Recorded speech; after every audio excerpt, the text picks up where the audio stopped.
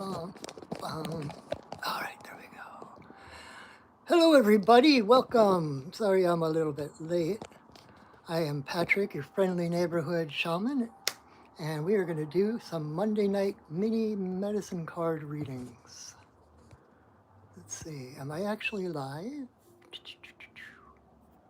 I am not getting comments. There we go. Yay. Sivia. So, we are going to be pulling some. I am really scattered. Sorry.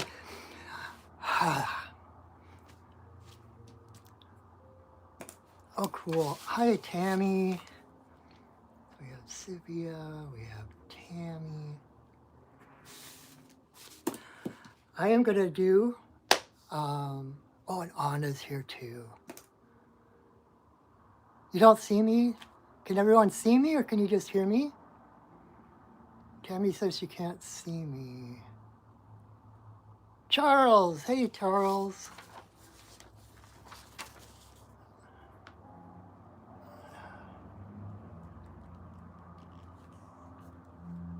Oh, you can see me now? Awesome, awesome. Charles, I'm taking your hello as a yes. Did you want a card?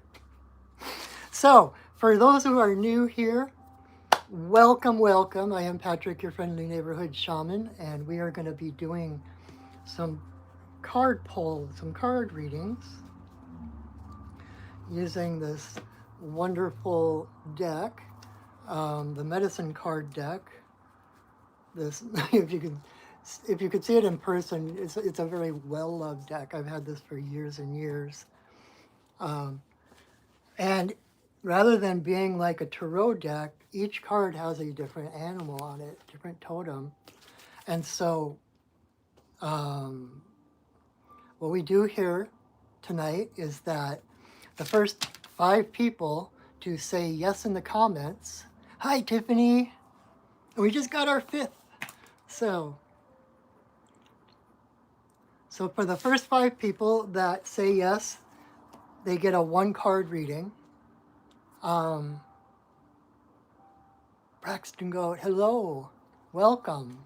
So we've got our 5 for the night, but even if you don't have a personal card, choose a number between 1 and 5, and then pay attention to that card when it comes up. And I promise you, Spirit has this magical way of weaving things together, and your message will be in there. So these animals have so many different complexities of and nuances of meanings and messages that your message will be in there, I promise. So, and if you're watching this on replay, you can go ahead and choose a number between 1 and 5. Hi, Amanda. Welcome. And then, so we do 5 cards, and then when we're done with those 5, if you were to come to me for a one-on-one reading, my normal card spread that I use is called the medicine wheel spread. And it's basically the 4 directions and center, so 5 cards. And so as we go through here, each of the 5 individual cards will be adding to that final spread, and at the end I will do a 5-card reading for the community. And we get to see how our individual medicine weaves in to the community and how we're all connected. So that is the idea. Before we get started, I want to set sacred space, basically make this a ceremony. So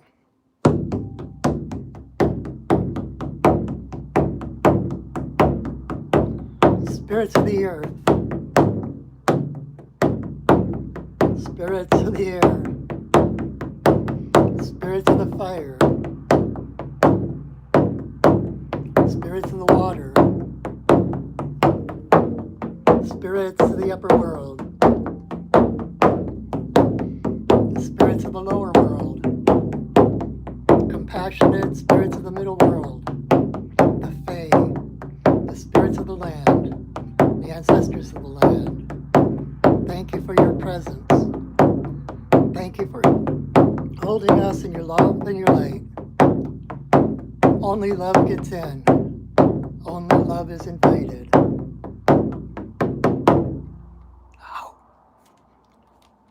All right. So now, God, I feel so much better. If for no other reason, I needed that because I was scattered. I was running late. So, welcome everybody. And so, what else was I going to say? If you haven't already, please thinking about, hi guys, KE Money 27. Yeah, I know Jesus loves me. He's one of my spirit guides. We go way back. So, hi Patrick, hi Allie. Thank you guys all for coming. We have our 5 people.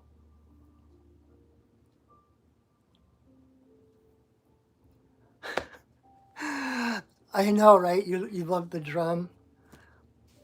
And I purposely, so this, to go off on a tangent, this is the first drum I ever made. Her name is Cougar Moon, because if you look at her, she looks like the moon.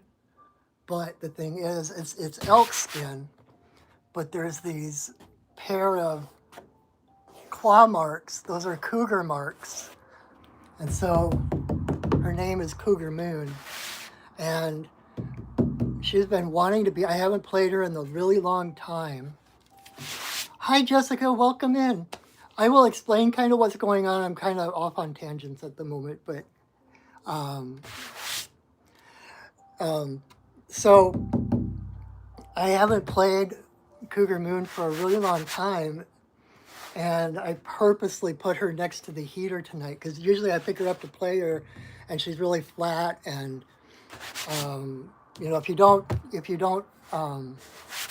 the drums need to have a certain amount of heat and barometric pressure and all of that kind of stuff. So I purposely put her by the heater so that she would be able to play tonight. I love this. She's the first one I ever made. And so yeah, she's a part of me. So anyway, so that was my drum. So we have our 5 people already. The way it works here, if you came in late, the first 5 people to come on and say yes in the comments get a 1-card reading with the medicine card deck. But if you are not one of those first 5, then all you need to do is choose a number between 1 and 5. And sorry, Pris, I don't know how to say YouTube names or labels or whatever is so weird. I never know how to. Pris the shark. We already have our 5, so I'm sorry, but we have our 5. So what you can do now is choose a number between 1 and 5, and then pay attention when I pull that card, because I promise you, the message you need will be woven into whatever I say, even though it may be aimed at somebody else. Spirit will weave that message in, and you will get what you need to know somehow. Do I like music? I love music. I love all kinds of music. So then at the end, those 5 cards will form a medicine wheel spread with the 4 directions and center, 5 cards, right? And then I will do a reading for the community using those 5 cards together. And it gives you the opportunity actually to get kind of a taste for if you would come to me for a full-on reading. It looks more like that, and you can see how the different cards work together. I love this work. I just absolutely love this work. Oh, thank you, Jessica. So why don't we go ahead and get started? And if you enjoyed tonight, be sure to subscribe if you want more of my content, um, and share my video. Trying to expand my voice, which is why I'm on YouTube now instead of Facebook. And if you would like to reciprocate, if you get something big out of it tonight, or you just enjoy it and you want to reciprocate in some way, um, my Venmo link is in the description under the video, and anything you wish to give me is so deeply gratified. I meet with deep gratitude. It's still amazing to me that I can do what I love to do and people appreciate it and actually help me to be able to continue to do it. So thank you for that. All right, so we're gonna go with our first card of the night for Sivia.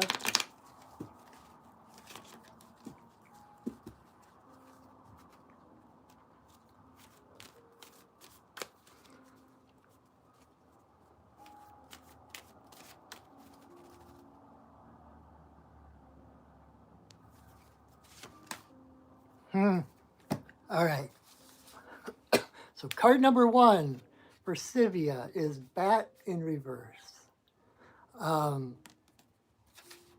So Bat is about rebirth. Um,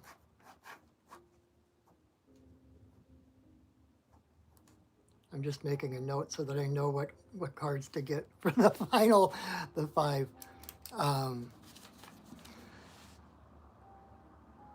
So Bat is about rebirth, and in reverse, um,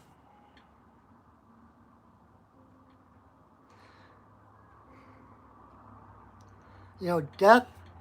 If you break down all of our life experience,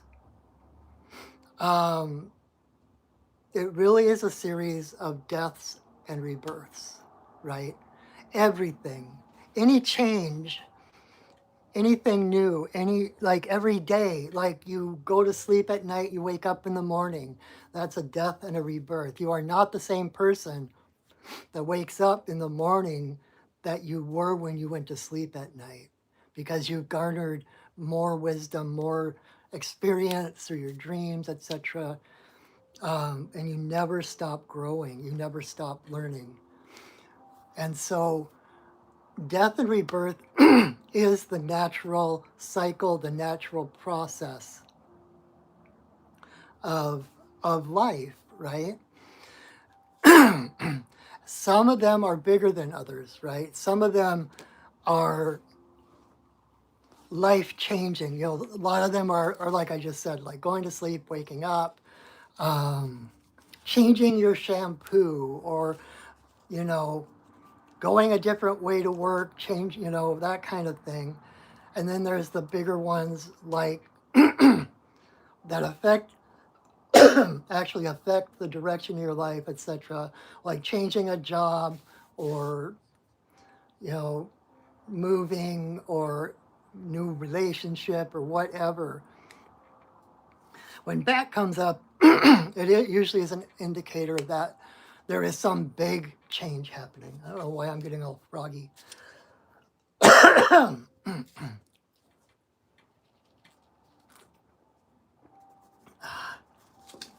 suppose the eggnog chai doesn't help. Oh, no problem, no problem, Jessica. I'm glad you were here, and this will be up on my YouTube channel, so you can watch later. But I appreciate you being here. Nice talking with you too. So Bat tends to indicate bigger changes, like changes that of not just the details of life, but the trajectory of life. And like I said earlier, these things, these changes are part of the process of life, right? Um, and it's part of that remembering that um, death is just a gateway. And I'm not talking like it's not, it can be literal death. It could be the death of somebody else, which can indicate like the ending of an era, right? Like I remember 10 years ago when my dad died, it was like it was like there are changes that are kind of negligible and yeah, workarounds and that kind of thing. But then there's changes like someone dying that is like boom, it's like this clear marker, like there is no going back. This is an unreversible change. And it's a graduation, right? And like I said, it's all of these things, big or small, these changes, these deaths and rebirths are a part of the process, right, of living. And in saying that, I do not mean in any sense of the word that, well, just suck it up, live with it. Um, I remember that, Sylvia. I know that's why I clued into that. That you lost someone yesterday. Um,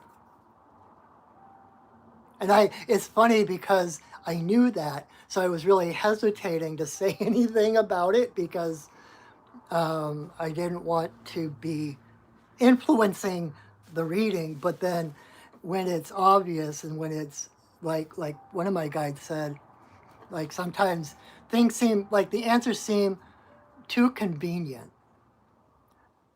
And like it was Charles Charles Schultz, the creator of the Peanuts of Snoopy and stuff. He's become one of my spirit guides because I am a cartoonist and I always wanted to be him when I grew up. And so when I was at the river one day meditating, journeying and stuff, and he popped just fully blown into my mind. And I'm like, no, this is too convenient. This is no way. I'm making this up because this is just too convenient to have. Oh, cool. Charles Schultz is my guide now. And he just kind of laughed it off and he said, well, I don't see it as much convenient as I do appropriate.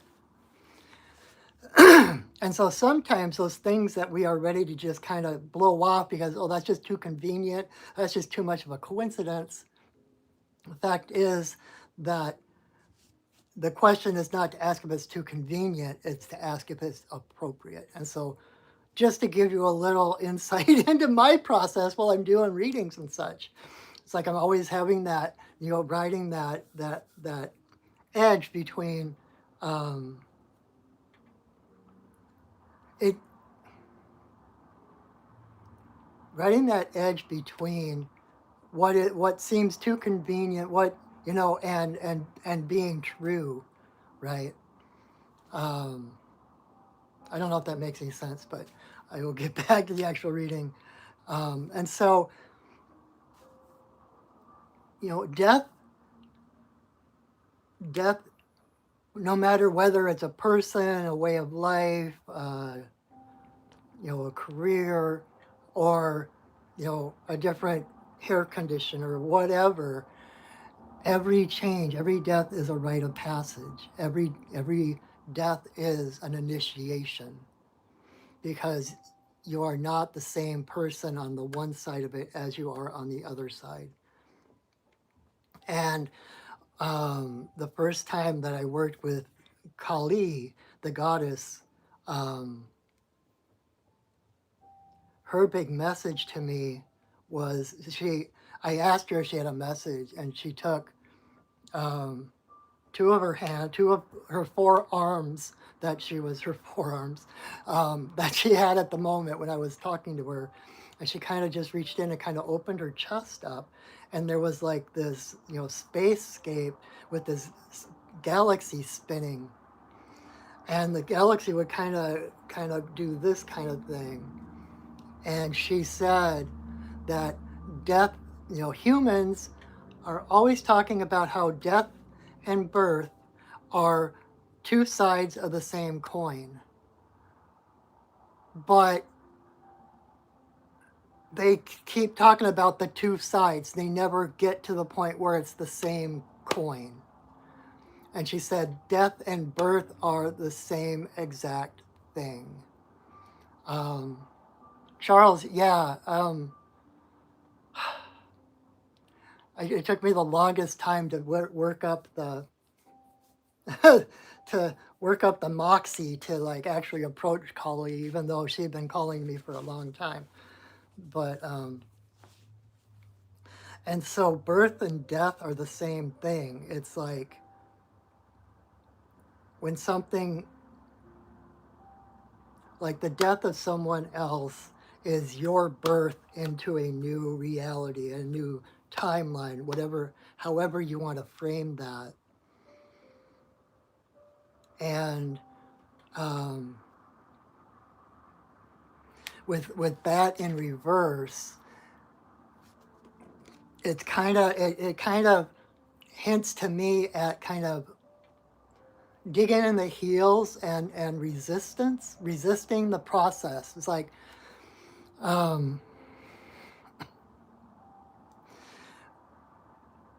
we are so used to being. Wow, Taoism has been coming up a lot lately, but we're so used to being in the duality of life, right? The light versus the dark, the good versus the evil. Oh, that's good or that's bad. That we're constantly feeling ourselves rocked back and forth between these two extremes rather than rising above them and able to see them underneath you. Does that make sense? Um, because it's like when you realize that the physical world is basically a dream. It's basically an illusion, right? Everything is energy. Everything here is malleable. It's changeable. It's not permanent. But you are a spirit having a human experience, having a physical experience. You are not a human physical being having a spiritual experience. So in your core, at your basic default, who you actually are is spirit, is beyond this world, beyond the duality, right? And so from that point of view, birth and death are the same coin, right? Because it's like there's no judgment, there's no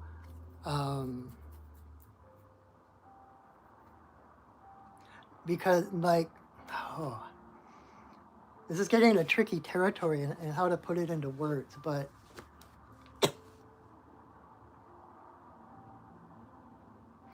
when you know that you are spirit having a human experience and you remember like like one of my favorite Einstein quotes to misquote is that the greatest decision you will ever make is whether you live in a friendly universe or a hostile one.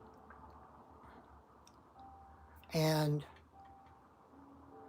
if you live in a friendly universe, when you live in a universe that which is kind of the basis of everything I'm saying here, right? It's a non-dual universe. We are all one. Everything is one. There is one source. There is one energy. And the physical manifestations are just us as spirits pretending to be human playing in the sandbox, right? Not to undermine the importance of what we're doing here, right? Not to undermine and say, well, it's all an illusion anyway, so what's the point? That's not the point at all. Because we are here for a reason. We are here to learn. We are here to expand. We are here to experience the deaths and the rebirths that bring growth.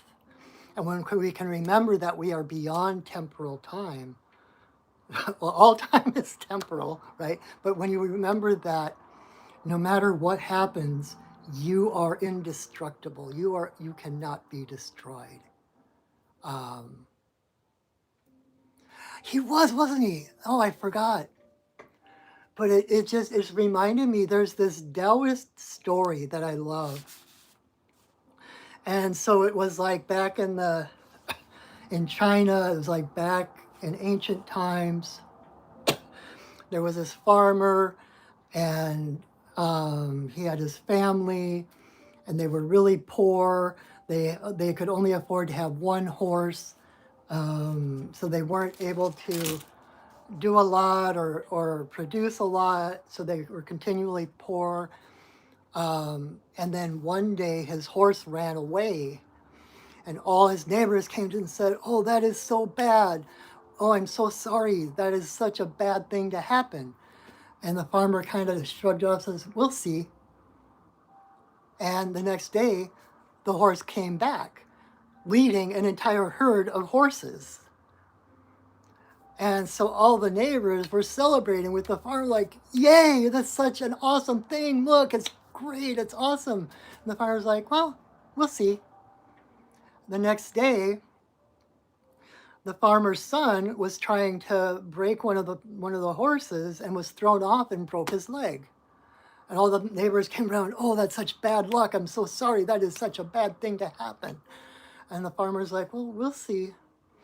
The next day, the king's army came through looking for young men to draft into the army to head off on this war. And because the son had just broken his leg, they wouldn't accept him. And so all the neighbors were like, "That is so awesome. That's so great. Look at that. You have such good luck." And the farmer's like, "We'll see." And it goes on and on. And it's like when we get caught, when we're in the middle of the ups and downs, we start to get dizzy. It's like being on a seesaw. When you're up here, you're good. When you're down here, you're not. When you're up here, you're good. And so it's this constant, um, it's like a constant. Give me a second because I'm getting my guides are giving me images. I'm trying to sort them out into words. But like the seesaw idea, right? Um, both of these extremes, up or down, are unsustainable. You can't stay at the very top. You can't stay at the very bottom. Things are always moving. And so rather than like when you're down here, you're seeking the top, and then when you start to sink, you're trying to keep at the top. What you're really seeking is the center, the balance of the seesaw. And that way, when you're in that center, when you know that that's where the real power is, then the seesaw can do whatever it wants, and it doesn't fundamentally affect you, right? Um, and from that standpoint of being spirit, having a human experience, knowing that the universe is on your side, the universe um, has the cards stacked in your favor, that there's a purpose to everything, and even the worst things that happen um, is is a step is how do I put that without making it sound narcissistic? Um,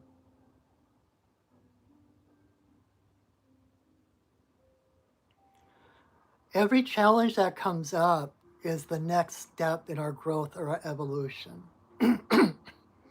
And when it comes up, it's actually, in my mind, a sign of how much faith the universe has in you, right? Because you are the center. Wow, this is such a long. I'm going. Let's see how long it takes me to get through all these cards.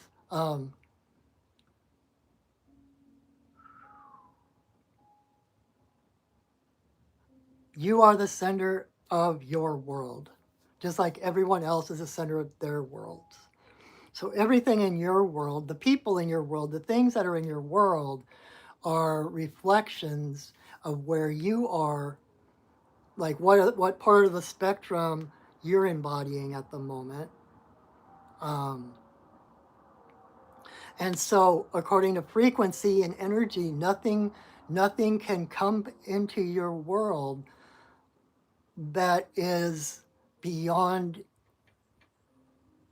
your coming through it. I didn't say that in the most graceful way. To say it in the old cliche way, God will never give you anything you can't handle, right? But that is still on that kind of narcissistic kind of thing. But um, the fact is that you are the center, you set the vibration of your life. And nothing can be in your life if it doesn't resonate with something within you. And and that's not to say it's a punishment. It's not a test. It's not to put you down and keep you in your place. It's actually a sign of how, because if it's in your reality, then you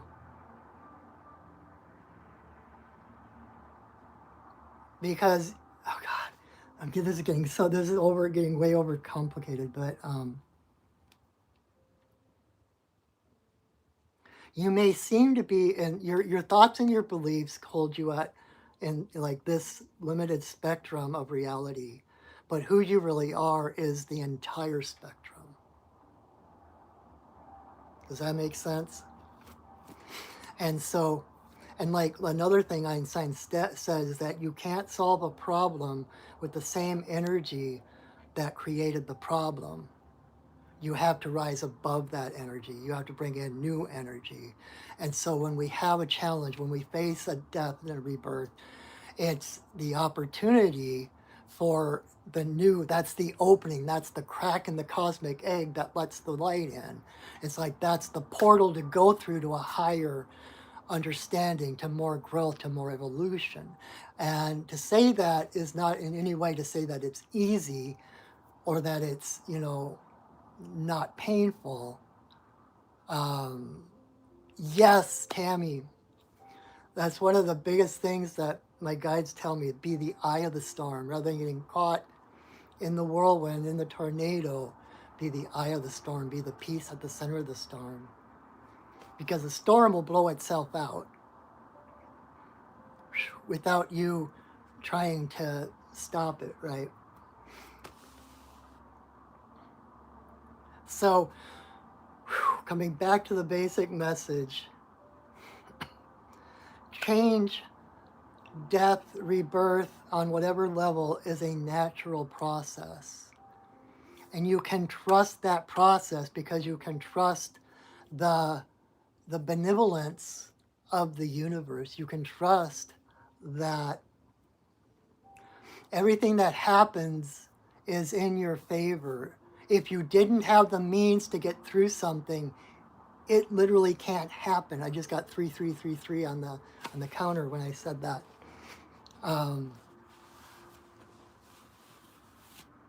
And I've been able to personally, I'm not trying to try to project things on others or say you can do it when I haven't, because that is one of the things that makes me the most optimistic and the most hopeful no matter what's going on, right? Because I know that if something happens in my life, it's like I might feel bamboozled, or I might feel like run over by a Mack truck or something. But at the same time, I know that whatever it is, I have the means to get through it. And here comes the main message: is that usually that the answer is almost always, if not always, surrender, right? Not resisting what is, not resisting what is happening, but to surrender to the process, right? Knowing that no matter what happens, you're going to be fine. And no matter what happens, you are on an um, you are trending upward toward, growth and wisdom, and that, you can just look back at in your past and see that everything, every change, every death and rebirth you've experienced up to this point has not taken you out. You are still here, right? Um, and if you look deeper at that, you can see that every one of those has brought um, a new level of awareness, if not strength and dedication or whatever it is, right? Um, and so, with that hindsight with you, kind of as a, you use that as like a suit of armor or something, like say that, okay, I've come through everything I've ever been challenged with, and I know that this is the same. Like, why would it stop now? I've come through everything. I've 100% survival rating of every challenge I've ever had. And to know that you will get through this, that not only will you get through it, that there is purpose here. It doesn't mean that it's not painful. That doesn't mean that you're not going to suffer, right?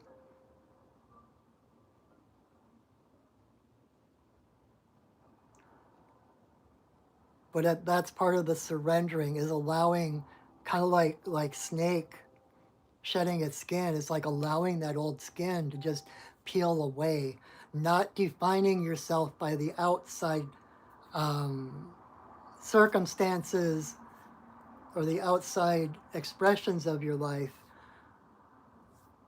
but by who you are, that immortal, indestructible, eternal light of love and joy that is your core. Does that make sense? So go with the process, right? If nothing else, so bat is in the dark, right? The dark is not evil. The dark is the womb of the cosmic mother. In that darkness is the potential for every possible future. And bat living in that darkness can't use his eyes. He learns to navigate through sound waves, through frequency.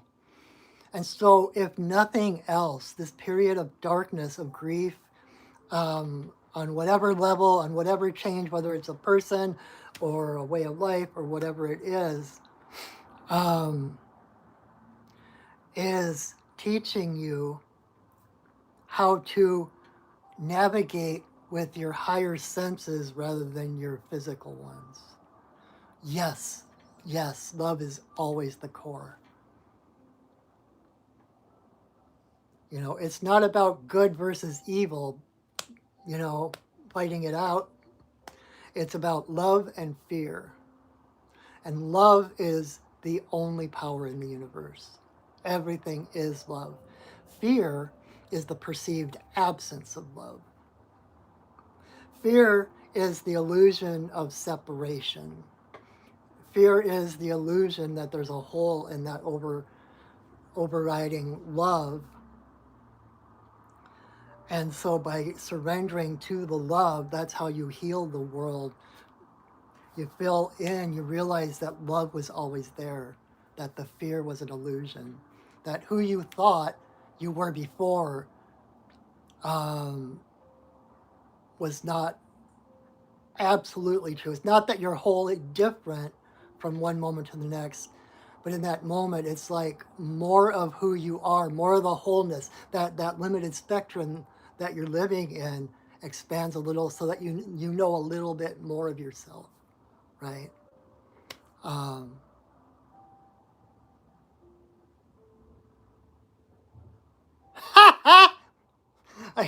he said I could be reading from one of his books right now. For all I know, he's the one that's speaking right now. I don't know. But allow yourself to grieve. Allow yourself to feel your feelings. Don't use this as an excuse to dissociate and to hang out in the ether somewhere. Use it as an excuse to stay in your body That's a yes. You got a yes with your muscle testing. That's why that's it's like it's so perfect. That's why that card came up. And so it's like surrender into the process. Don't fight it. Trust that, just like I've said, like similar to beaver medicine, right? When you're given a vision or a desire for something, the universe is going to give you the raw resources with which to see through that vision. Um, Renee, hi. I think that's Renee R. Kirby. That's Renee, right? Good to see you. Um, okay, now what was I saying? um, oh, so when the universe puts a challenge in your path, it's not going to just leave you high and dry. And there's a challenge in your path, the universe is going to give you all of the raw resources you need to see it through. You are not alone, right? Love is connection, it's wholeness. Fear is the separation that, oh, the universe is over there, I'm over here all by my little lonesome, and I can't do anything.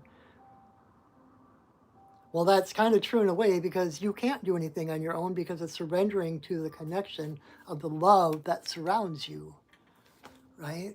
So I hope I hope that was I hope that was understandable enough. I know I was kind of like all over and speaking with someone else's words. So all right, card number 2. Renee, we've already got our I'm doing things differently. We're just doing 5 cards, but then each of those 5 cards go into a spread at the end. It's like the 4 directions and center. And then I do a reading with all 5 of them for the community. So we have all our 5.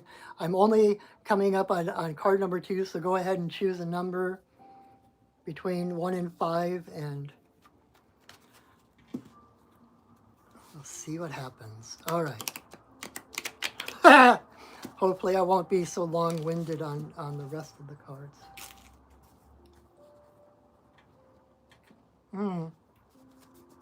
Thank you, Renee. I appreciate that. All right, card number 2 for Tammy.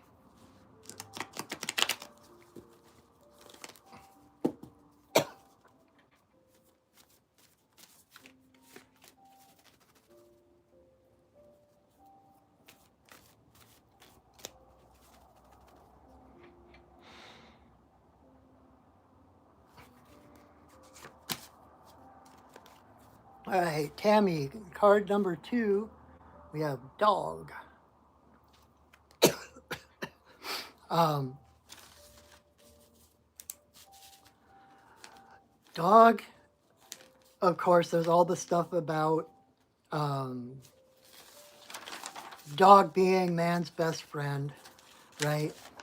Dog is about loyalty, love, community, connection. Dog is always the guardian. And in reverse, it's questioning, like, where are your loyalties? Where do your loyalties lie, right? And the only answer is with yourself, right?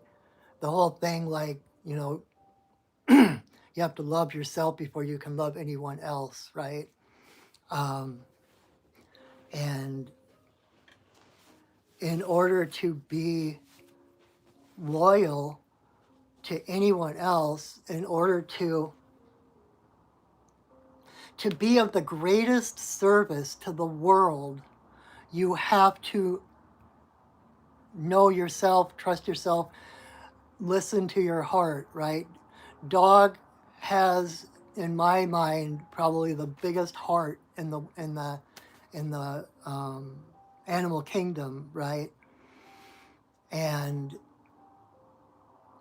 that heart is your authority. right? Your heart is what connects you to Creator. Your heart is what connects you to every living thing, right? All humanity, we are connected by the heart. And so, okay, without trying to get too complex like I did the last card, um, I feel like I'm trying to do a um, math problem, like prove that this is this. Um, so your heart is what connects you to Creator. Your heart is your connection to divinity. Your heart is the funnel through which your divinity flows into your physical self, right? And the same thing is true for every person on the planet, right? And so every person is as divine as you are. No matter how they're showing up in the world, there is no one more powerful than you. There is no one less powerful than you. And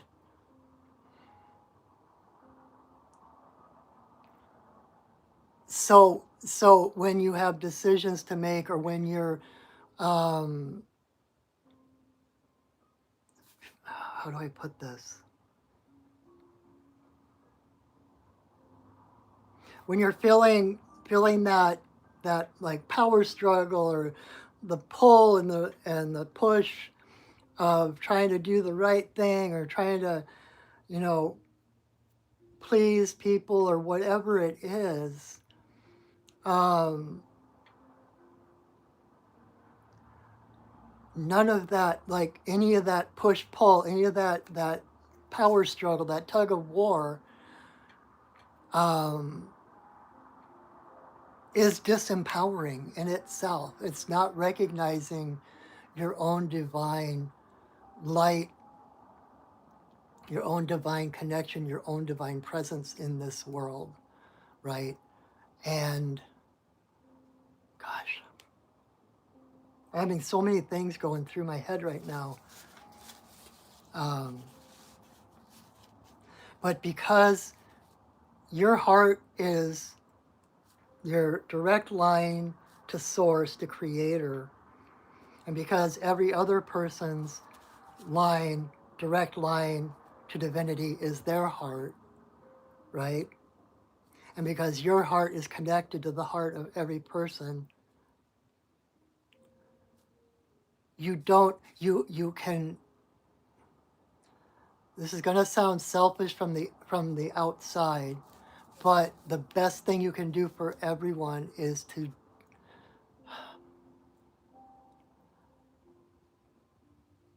follow your heart, right? It's like when I say, like, you know, we can do actions to try to save people or save the world and all this stuff, but if we're doing it out of fear rather than love, if we're not aligning first, then we're not really creating change. All we're doing is rearranging boxes.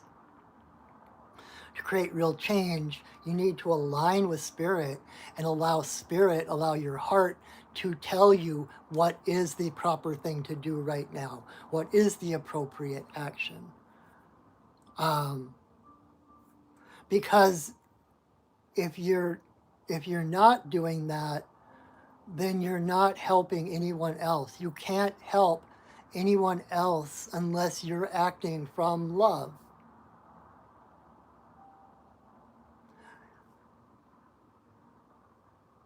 And so when there are like life decisions, or when you're like feeling like you need to sacrifice something or compromise something just to make someone else happy, or to shut them up, or whatever it is, um, let go of all of that.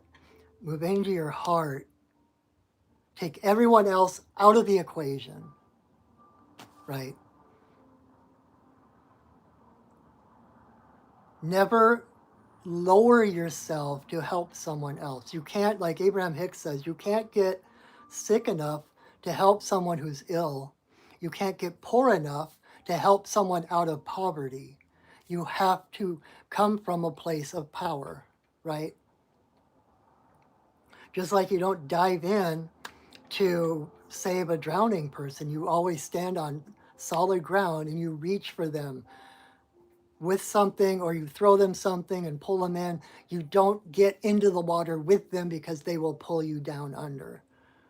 You stay on your solid ground. You stay on that foundation of love that is your core, and you act accordingly to what your heart tells you. The mind will play with it, the mind will throw it back and forth, but if your heart says that this certain action is appropriate, your heart has already connected to Creator.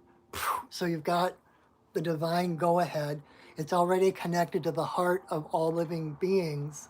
So your heart has already done the calculations.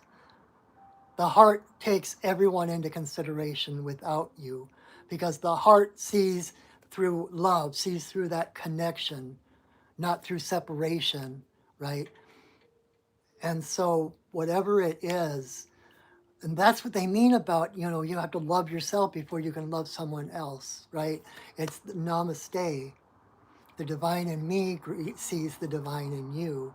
You have to see that divinity. You have to see that love in yourself first, or you won't be able to see it in the other person.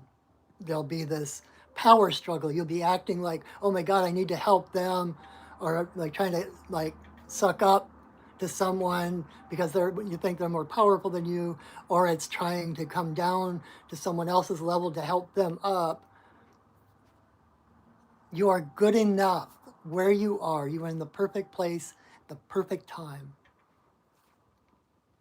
And when you move from your heart, when you move from love, when you move from that sense of connection with all things, right? Um, you can't do harm. Anything that is for your highest good is automatically for the highest good of everybody else, right?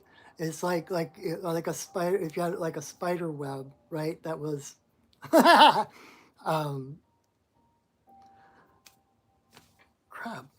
Words are just popping out of my head. Horizontal. If you had a horizontal spider web and you took one point on that spider web and you lifted it up, every point on that spider web lifts at least a little bit. It won't be necessarily as high as the point that you're holding on to, but every point of that spider web lifts. By rising to your height, to your true authentic self, you are raising everybody with you, because we're all connected. So be true to yourself. Don't ask what's best for everybody else. Don't ask, well, how is that person going to respond? Because, I've been saying this so many times lately, that you are only in charge of the presentation of who you are. Other people are responsible for how they receive it. You are not responsible for how other people receive or understand or misunderstand you. If you are in your power, if you are moving from love, if you are speaking from truth, however they take it is a reflection on where they are in their path.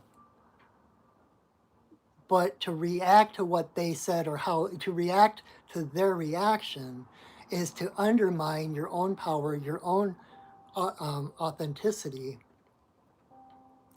and it doesn't help them.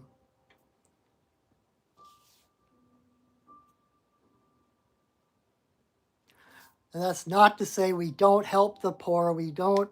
I mean, I'm constantly giving. Um, if I have it, I'm constantly giving money. I just gave. I happened to have a bag of groceries I was going to give to the food bank or something, and there was a woman, homeless woman, outside of the one store I was at, and I was like, "Are you going to be here for a second?" She said, "Yeah." So I went to my car, got that bag of groceries, and I gave it to her. It's like, because I was moved to, my heart told me to. And the more we learn to act on our heart, on that intuition, that connection, the more good we do in the world, right? So believe in yourself. Be loyal to yourself. Don't undermine your own power, no matter how it looks to anyone else. If it's what your heart says, then trust that. Okay? The world needs you to show up in your full presence, in your full authentic self, in your highest frequency possible at any given moment. That does more to heal the world and change the world than just kind of putting around trying to fix things from the, rearranging boxes. So,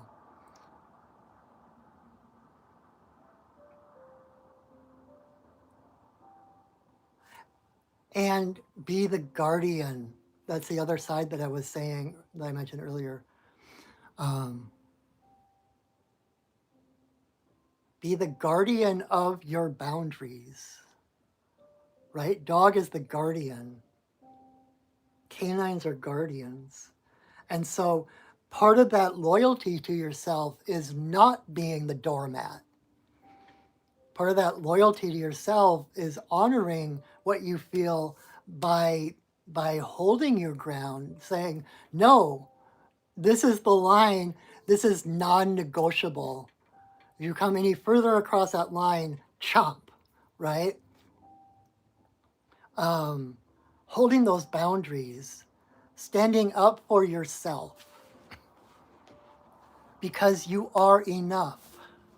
Who you are, as you are, like Mr. Rogers says, you are perfect just the way you are, right? And it's that ability to be the guardian of your energy and to take care of yourself that allows you at the same time to be the roly-poly playful puppy, right? To play.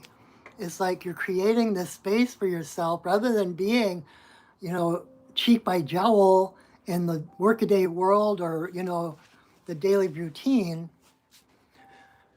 You're creating a space for yourself to be able to play within that. You still have, your interface with the outside world, with other people, but you also have this space within that where you can breathe, where you're not always fists up, teeth bared, got to protect myself. So I hope that is helpful. I am being really verbose tonight. So let's go on to card number 3 for Anna.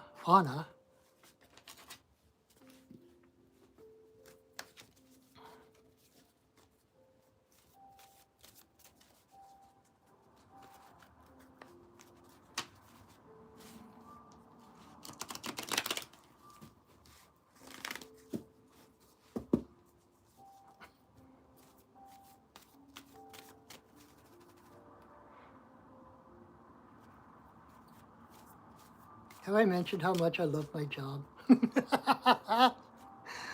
I'm just sitting here going, oh my God, people are like interested in what I'm doing, what I'm saying. And I love connecting to spirit. I love being the voice of spirit. It made me cry. Holy crap. Oh my God. Okay, so anyway. Card number 3 for Anna.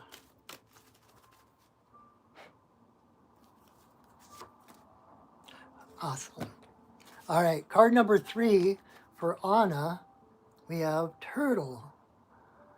You're welcome, Tammy. I hope that made sense. I hope that was appropriate to what you're going through. So we have Turtle.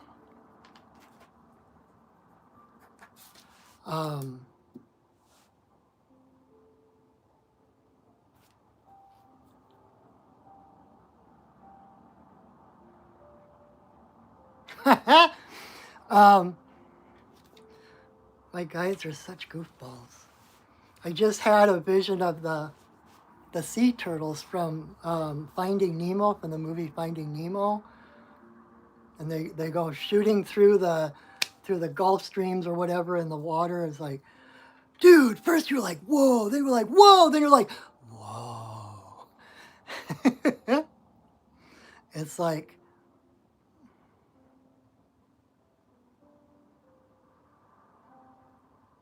interesting.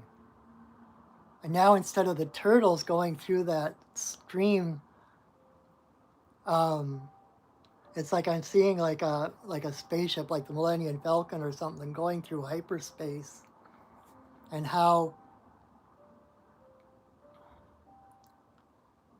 you are, turtle is about foundation, about stability, about being fully present. She carries her home with her. Wherever she goes, she is home. Um, and so that when you like, if you think about the Star Wars movies, you think about the Enterprise going through warp speed, right? It's like you're on that spaceship, and everything is normal, right? The space is shooting past you in unimaginable speeds, but you're fine. You're stable. You're just doing things like normal. Um, and where that's taking me to is the whole idea um, of hyperspace, of warp speed.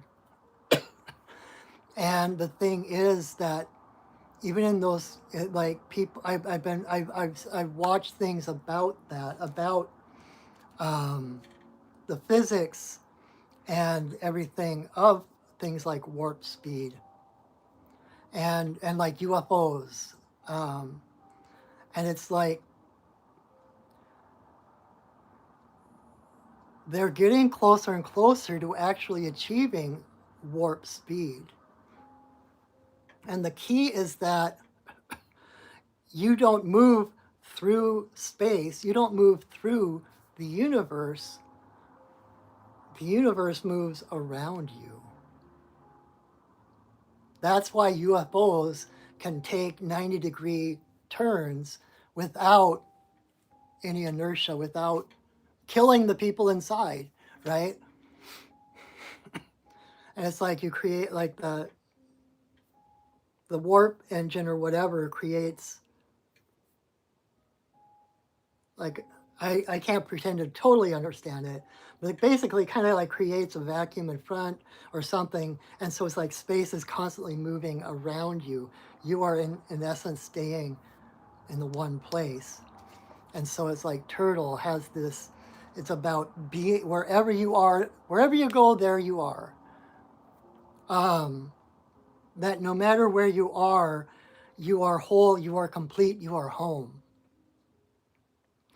And so, and like Turtle, who can live on land, can live in water, you have, you can live basically anywhere. You have great adaptability, great flexibility of where you can be. Um, if you think of that as like circumstances or people that you deal with, et cetera, et cetera. But to know that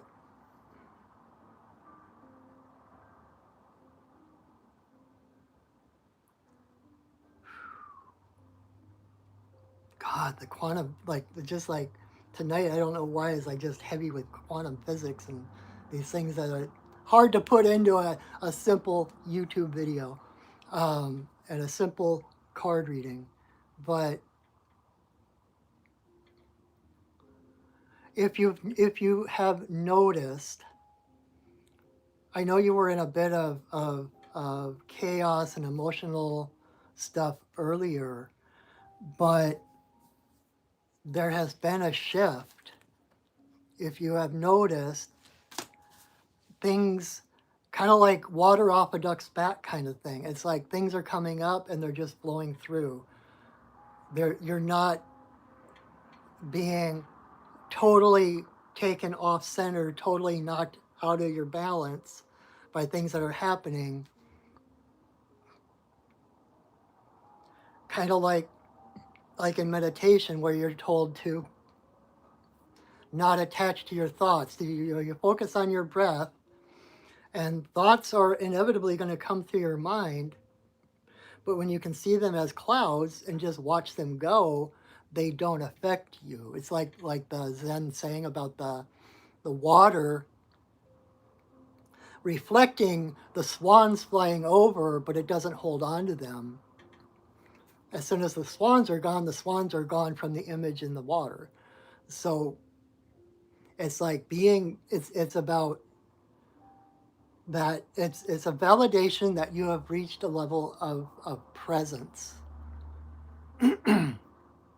And things might still affect you in the moment, but if you pay attention, they're not the after effects aren't lasting as long. And the one person that came on earlier and said, Jesus loves you. It's like one thing that Jesus, has told me is that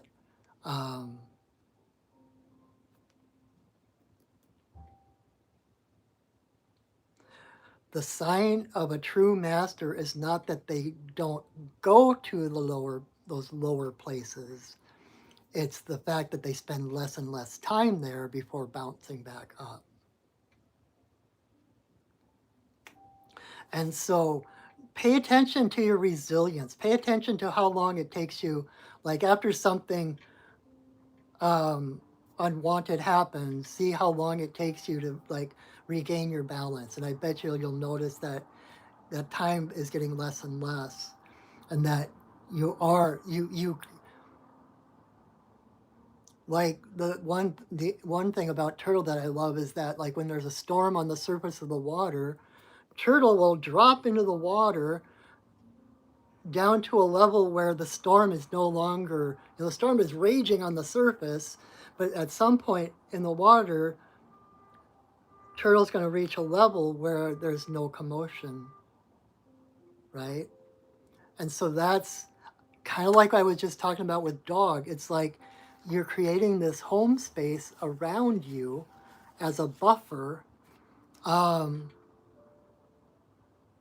so that the winds of the storm don't get all the way in. And so like with turtle dropping to it's like instead of going out to face the storm, it's like going within, finding that place within you that is always at peace, where the storms of the world can't even touch until the storm passes, and then you can rise back to the surface again.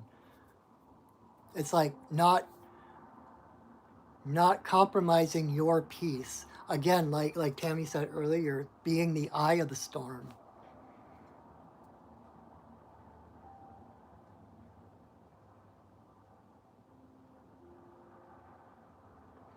And it's a validation that you're standing on solid ground, that you have a better foundation. A second, I'm leaning against my Papasan chair, and it's starting to get into my back. There we go.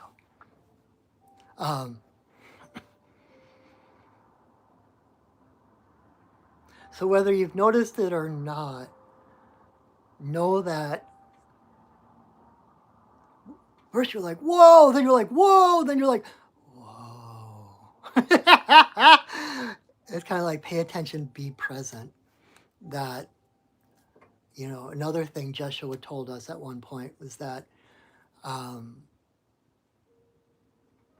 even on your worst days, even on the days when you feel you're way down in the dumps, where your frequency is way down here, your frequency is still higher than than most people are at their height. It's like your personal spectrum, like I was saying before, right, is up here, and most people's spectrum is down here. So even on your worst days, you are higher than most people are on their best.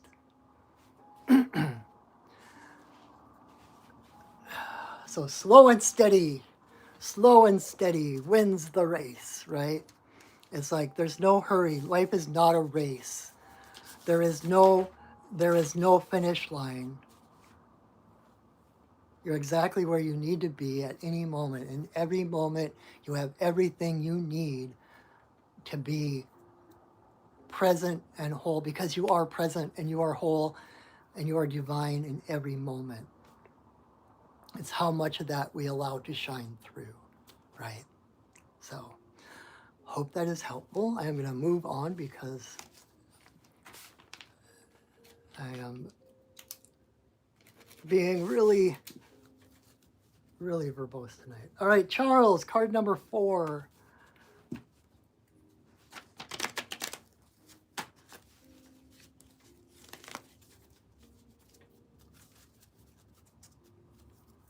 So Anna, that's kind of a thumbs up from the universe saying, you're doing it.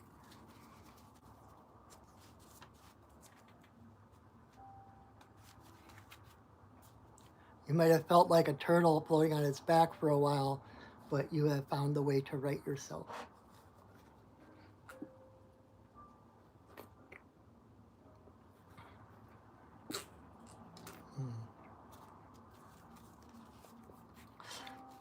All right.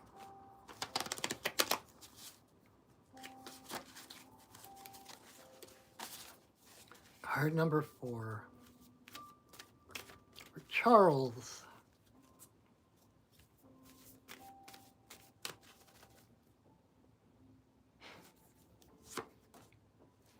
All right, card number 4 for Charles, we have Bear in reverse. Rest, Charles. Rest. Again, go with the flow. Don't fight. Don't fight the natural processes. This is the time of year when the bears are fattening up and then going into their den to sleep for the winter. You're welcome, Anna. I really hope that makes sense. Sometimes I feel like I don't know if what I say actually hits the mark or not, but I'm hopeful. So bear is about introspection. You know, it is seeking stillness, seeking introspection, seeking that darkness of the cave so that you can, to cut off the outside stimulation so you can pay attention to what's inside,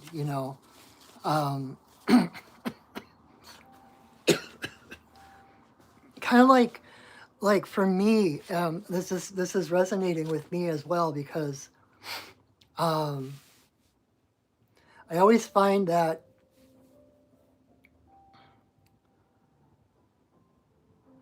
I've always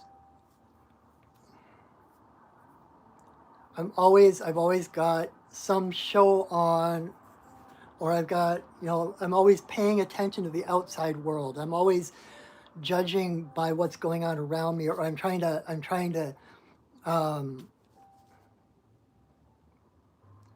quench some thirst by filling up with outside stimulation, right?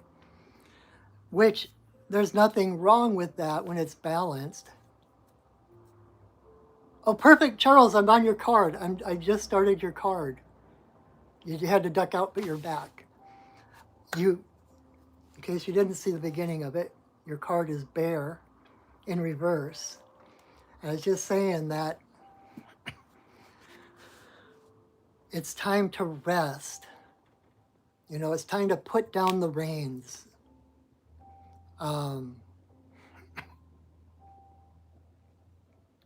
This is the time, at least in the northern hemisphere, etc., that nature becomes quiet. The trees drop their leaves. They kind of go to sleep. Their energy pulls inward. And it's like that's kind of what is being asked of you now. It's like you can, um, it's time to crawl into that cave, crawl into the dark and rest. Introspection is the word for bear. And like I was just saying, it's like sometimes we keep ourselves so overstimulated with music or games or shows, or people, parties, duties, responsibilities, etc., etc., etc., that we don't give ourselves space to breathe. And I get myself into trouble in that way because I start to feel empty. And I realize, like, I'll occasionally come to these realizations like, I need to sit down and I need to create. I need to write, or I need to draw, I need to sing, I need to do something from the inside out rather than the outside in. And so this is your time, like to lay fallow, right? Like farmers always, they have their fields and they switch up the crops, and everyone, like they always let, a lot of them they'll have like a fallow crop. They'll have a pasture, or a field that they just let it go, like for the whole year, so that it sits season after season all by itself, so that the earth can replenish it, the earth can restore it, um, before they, um, start taking the nutrients, etc., out of the soil again. And so it's that kind of like you're in a place to, you need some restoration. Um, and it's not being lazy, it's not being selfish. Um,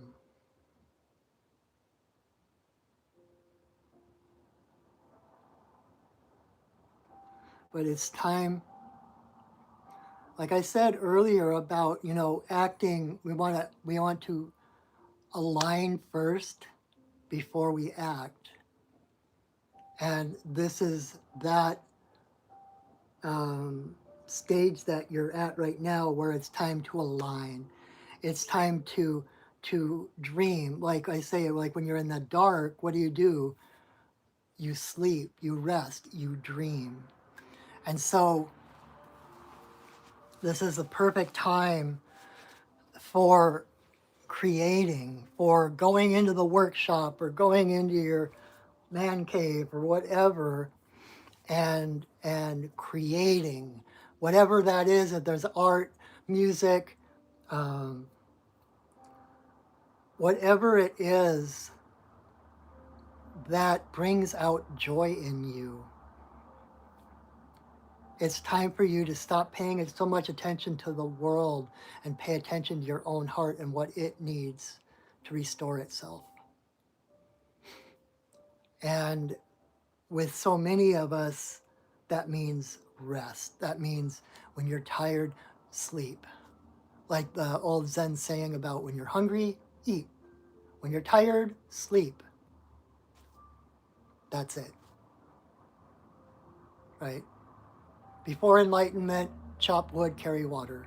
After enlightenment, chop wood, carry water. So it's a matter of just becoming more present, and actually, um,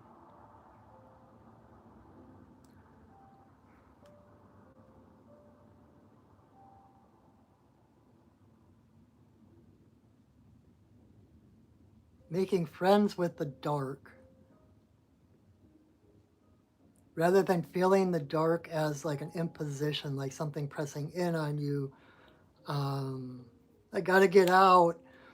Um, Aligning yourself with that darkness to realize the potential that lies in that darkness. Anything is possible. Every potential future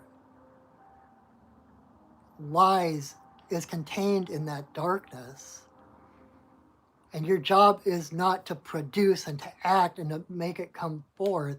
Your job right now is to visualize it, to write about it, to like map it out or draw it or whatever it is, whatever creative thing, or just meditate and visualize it.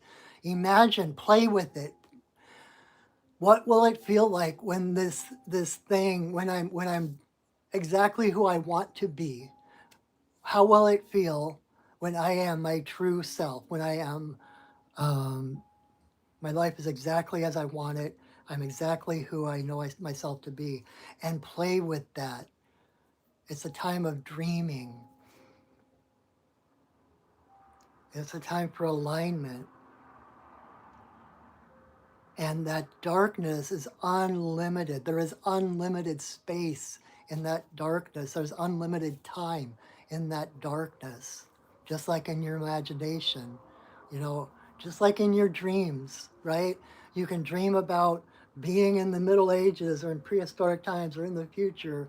You can live an entire lifetime in one night's dream, or you can be asleep for, you know, all night and experience like 5 minutes of a life. So start to embrace the unlimitedness, the unlimited nature of who you are, of what you're capable of in your imagination, in your heart. Know that nothing is off limits. That if you can think it, if you can dream it, you can have it, achieve it, or become it. So allow yourself into that darkness, that place of self-appreciation, to really kind of fall in love with yourself again, and appreciate who you are, your unique being, your unique frequency, your unique talent, your unique perspective on the world.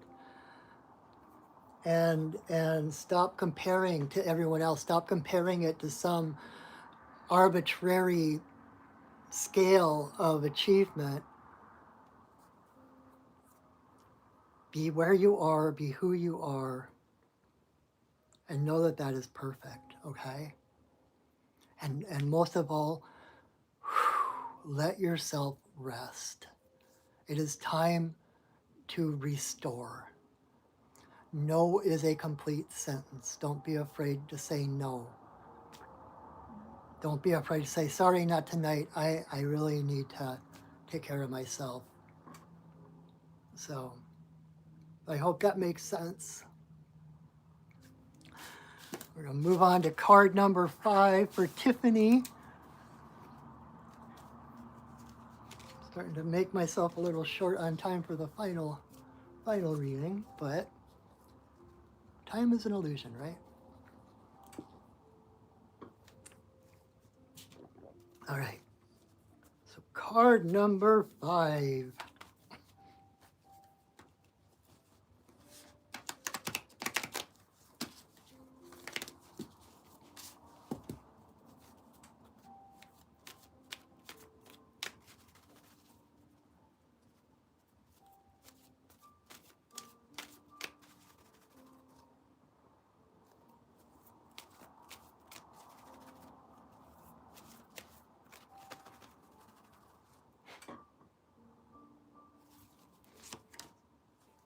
Awesome. All right, card number 5.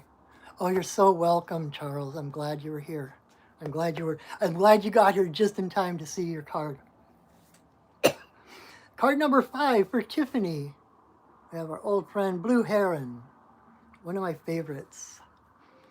I actually found out in the past year or so that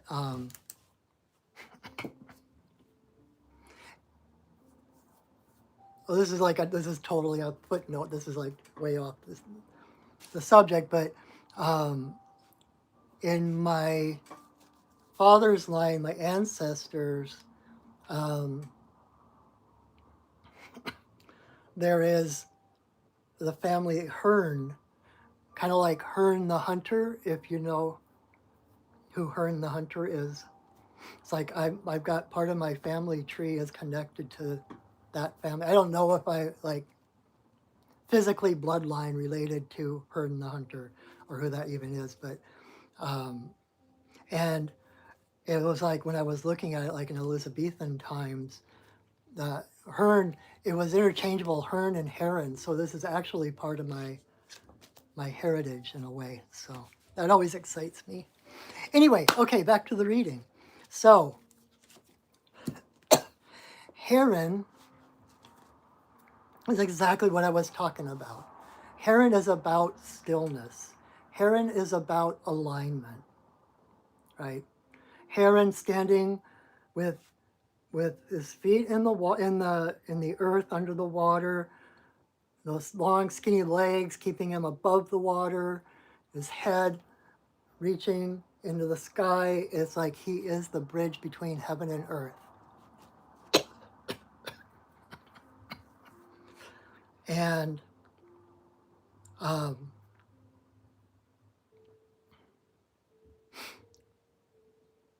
they move so slow and gracefully. It's like everything, if you've ever seen a heron, it's like everything they do is just so graceful, and it's like Tai Chi. Unless they're going for a fish or something, it's like a lightning strike, like pew! But heron medicine is about that connection. You know, think about your chakra system, you know, connecting earth to sky through your chakras and being in the center, being the center point, the bridge, the interface between spirit and the physical. Because Heron, through his stillness, they can stand still for hours. And so they will stand in the water perfectly still, casting their shadow on the water. And because they're not moving, and even when they move, they have those skinny, skinny legs, right? So they really don't make much of an impact on the water. They don't make that many ripples and stuff just by walking or standing in the water.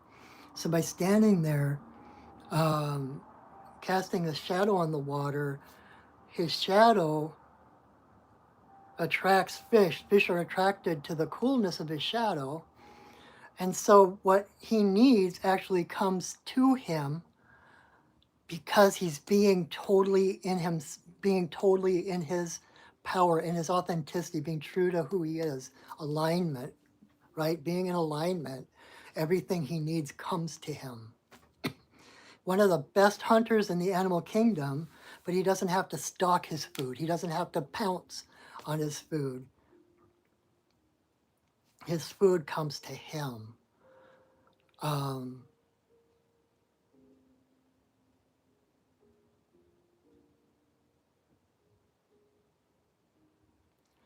And so it's like coming to the point of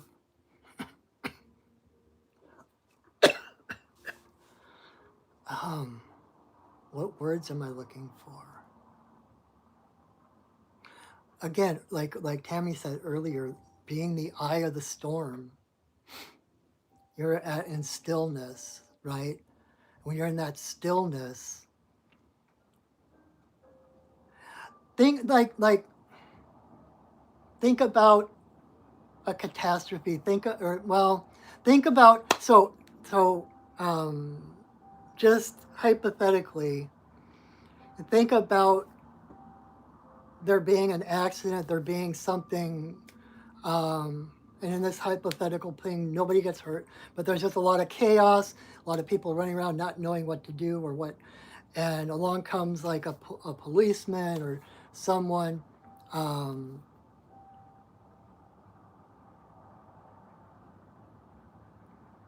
um,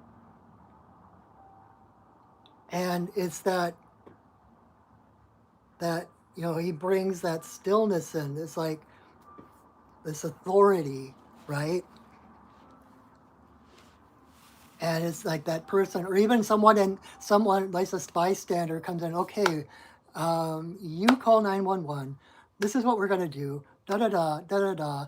Right. Amongst all that chaos, it's always someone that comes in and brings a sense of stillness, brings a sense of stability, brings a sense of peace into that chaos that makes that chaos disperse. And so your strength comes from being not getting caught up into the dramas and the chaos of the world, but by being yourself and the stillness that you just emit as you walk through the world brings stillness to the world, brings meaning to the world. Um,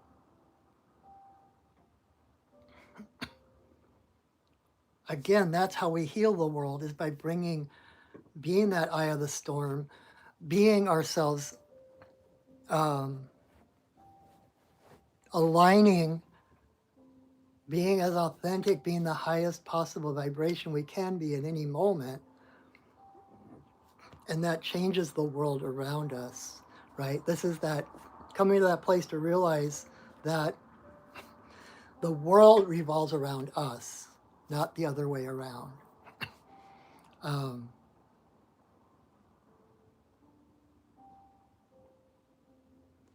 and so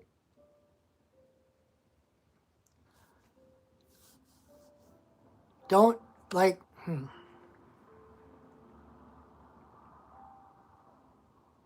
you don't need to chase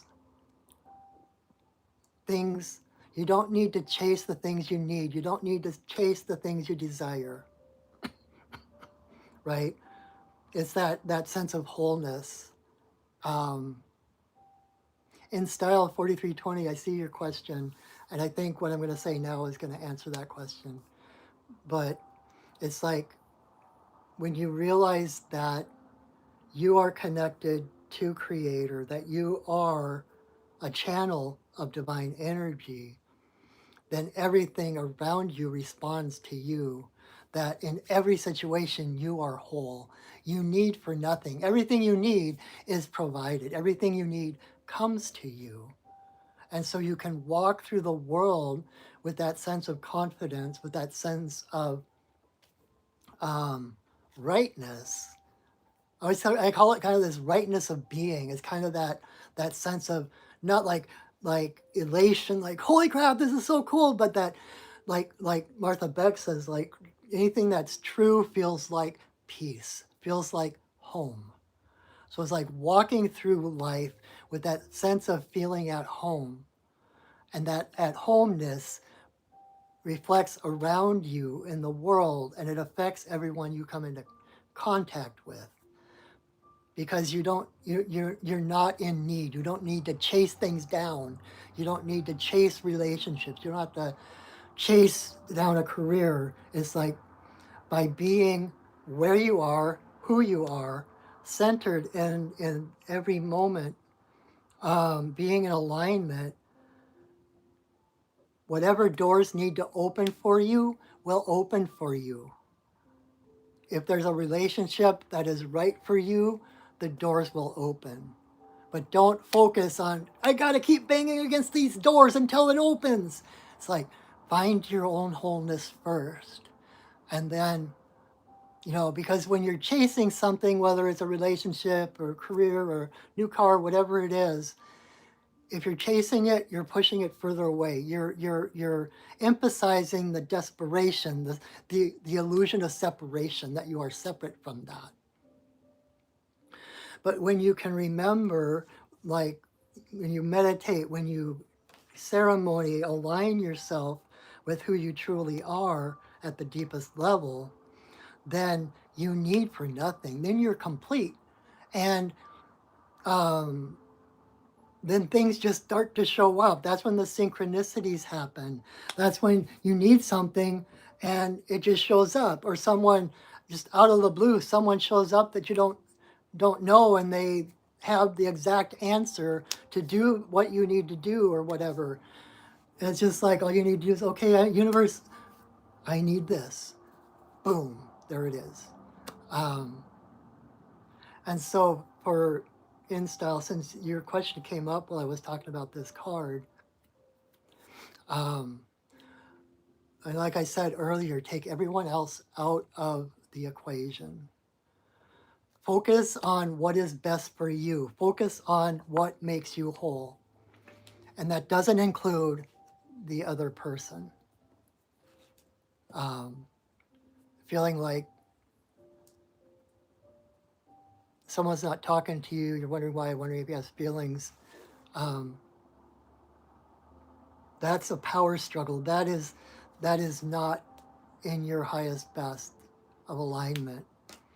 The question is not, does he have feelings for me? Because that takes your power. That's giving your power away, because your well-being then depends on what this other person does or says or thinks, right? But you are whole unto yourself. You don't need that other person. It might be happy, or you might think you want that other person. But remember that the feelings you have for that person are independent of that person. Those feelings, those are your feelings. They arise within you. They're not dependent on what this other person does. They're not even dependent on what, the presence of this other person. Those are your feelings. So revel in those feelings of connection. Focus on, this is the feeling I want. This is the feeling I want with a partner. But focus on your being whole, of these feelings being a reflection of your wholeness, rather than a hole that needs to be filled by someone else. Does that make sense? And that way, you're whole. You don't need someone else. And that's when someone else will show up, because you're no longer chasing it. You're in alignment and what you need. Like the fish seeking the coolness of heron's shadow, they come to you. So I hope that helps, InStyle and Tiffany. Um, the fact that heron is upright, Tiffany, is like, again, it's a validation from the universe, whether you've noticed it or not, that you are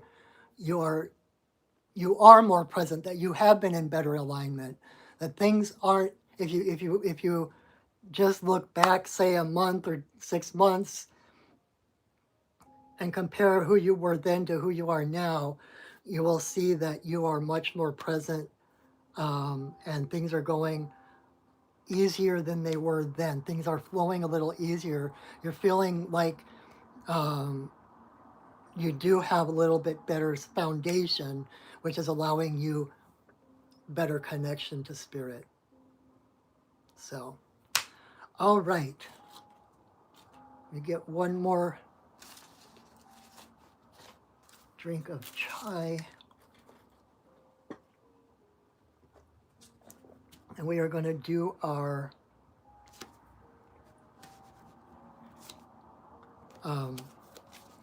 community reading, which is a 5-card reading composed of the 5 cards that came up in your individual readings tonight.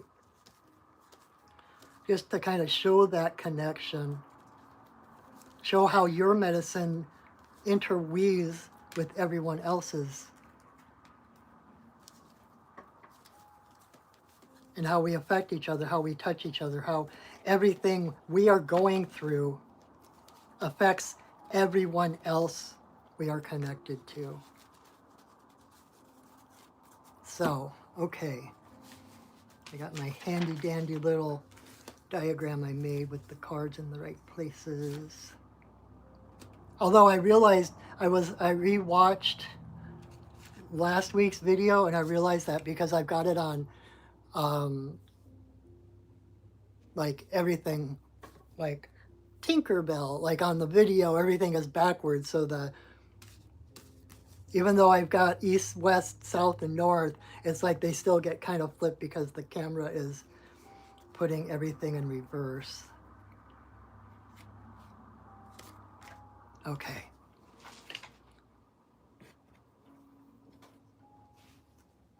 All right, let me, this is a tricky part too, because I'm going to put the phone aimed at the cards, and then I won't be able to see it. So here are, oh, that works. And can I,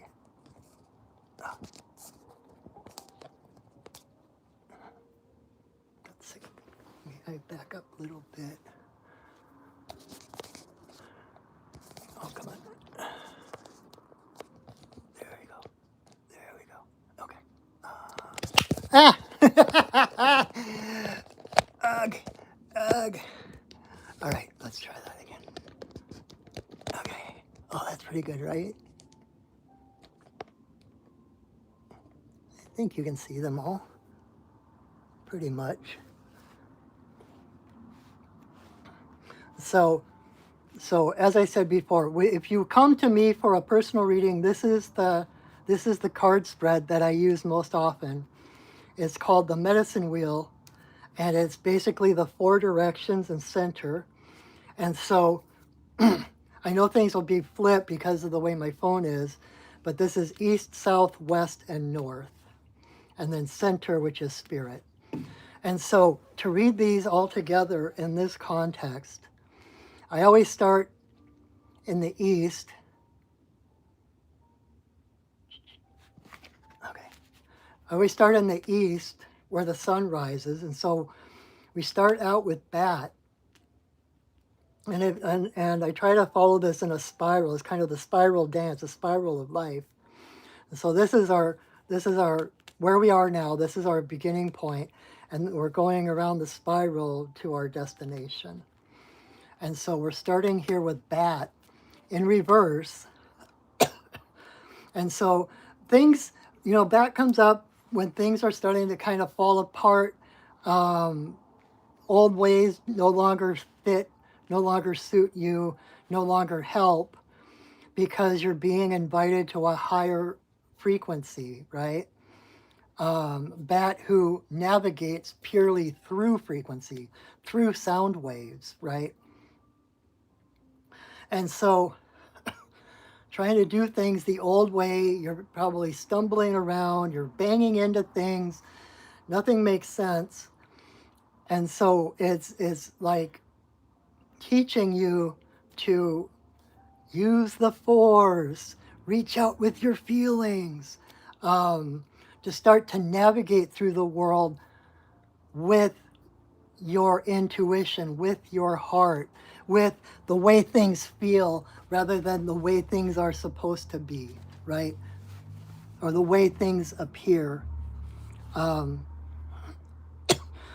so that is about rebirth. That darkness of the cave is the darkness of the womb of the cosmic mother. So everything is changing because you're getting ready to be reborn. And when you can remember that, this moment, this darkness is not the enemy, it's not evil, it's not punishment, that just like when you're in your mother's womb, you are safer than at any other point in your life, right? And so when you're in the womb of the cave, the cosmic mother is actually holding space for you. You are safer there than ever before. And so you can rest, like lean into the darkness. Know that darkness, I've talked before about my decade of extreme panic attacks and anxiety, and like part of that cycle, like getting really anxious and everything, there comes a point where I don't know what the mechanics of it are. I don't know what the psychological thing is to it, but it's like there are points throughout that where you feel padded.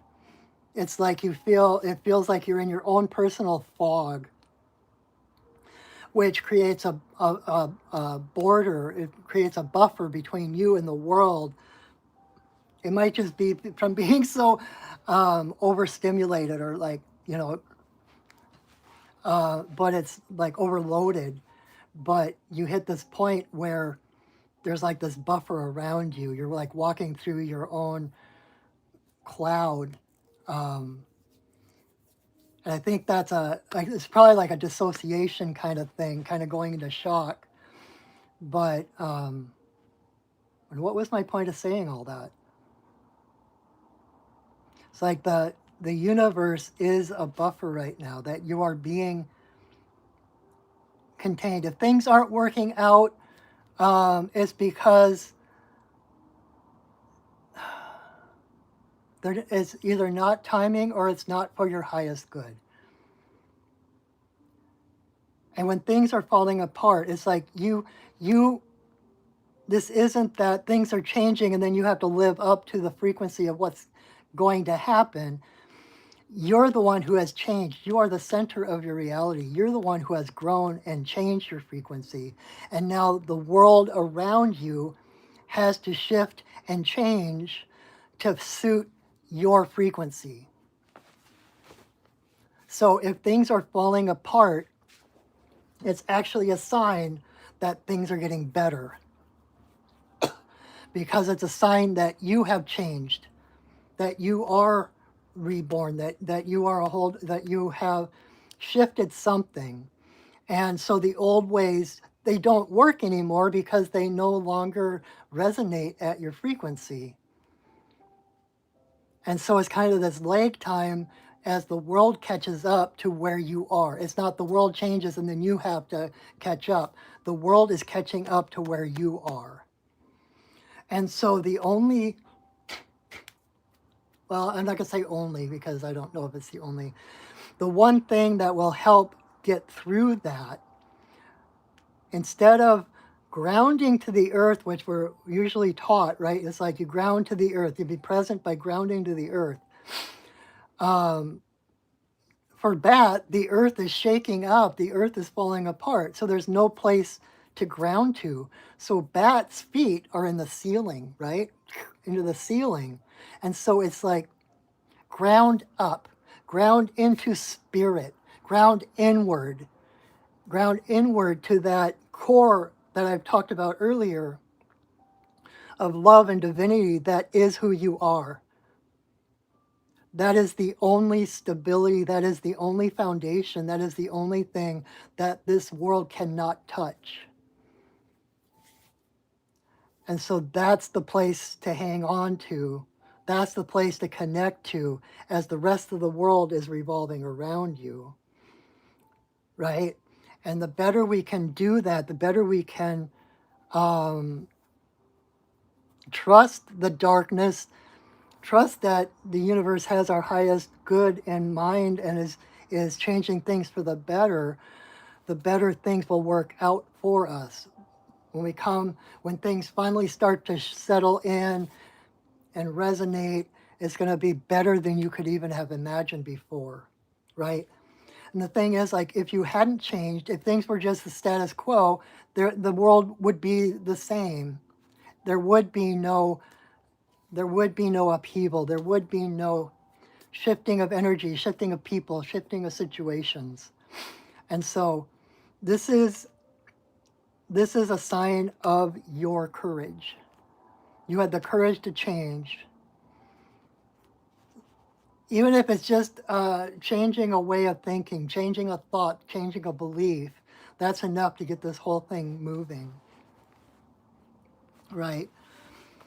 And so then we move into the south. South is fire.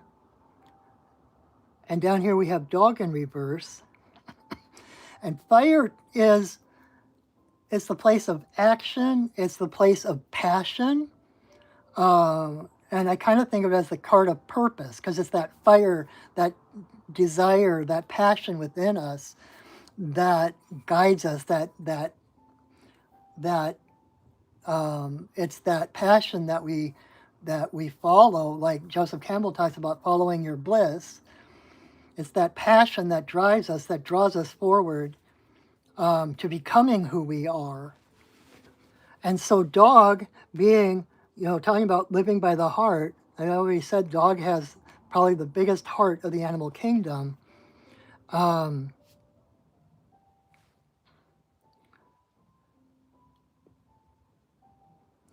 it's like as hard as it is, especially at this time of the year, right? With the dark half of the year, the days are shorter and shorter, light is scarcer and scarcer. Um,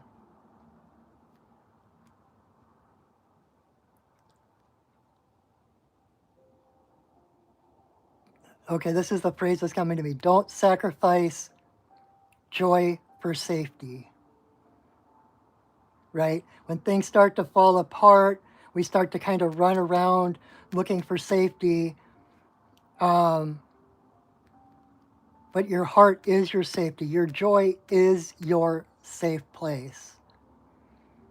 Just like with all the protests around the country, all this, there's so much joy. There's people playing instruments and dancing, and it's not just this protesting against something. It's the expression of joy. It's like that is what we want. That is what we're creating. That is what Gandhi meant by be the change you want to see in the world. And so rather than cowering and trying to stay safe from what's happening, um, even in the smallest ways, find joys, find the little joys. I talked about before at one of my teachers always talked about when she would wake up in the morning, she'd be like, okay, universe, I'm ready for my 3 happy surprises. And she would go through her day expecting to find 3 happy surprises, and she always found them.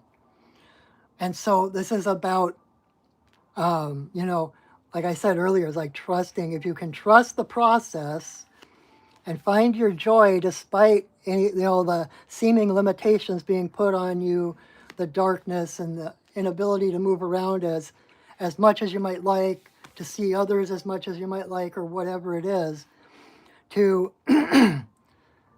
love yourself, appreciate those things that bring you joy, right? Like say to yourself, I love the fact that I love cats. I love the fact that I love dogs. I love that I love planes or trains or automobiles. Whatever it is you love to do, whatever it is, it's like that is what you need to focus on. That is what keeps that pilot light on when you're changing so drastically. So this is just about keeping instead of running around, like crazy, trying to find a safe place to be. It's about stepping into that place of personal guardianship, right? Um, Appreciating yourself, appreciating that feeling of love that you have for animals, for instance. Like I said earlier with the person asking about a relationship, that feeling of love you have for animals, that doesn't come from outside and it's not something you receive. That comes from within you. That is your heart. That feeling is a part of you, not a part of the animals that comes and invades your system. It comes out of your system. Like Alan Watts talks about how we're not brought into this world. It's not like we're constructed like a piece of pottery or something. We grow out of the world. Like a flower grows out of the branch. It's a blossoming out of the world. And that is your joy, is a blossoming out. So when you feel that joy for something, when you feel ecstatic, when you're doing, dancing or bowling or whatever it is that brings you that peace, that joy, that truth of you, that is learning to appreciate yourself. That is how you love yourself.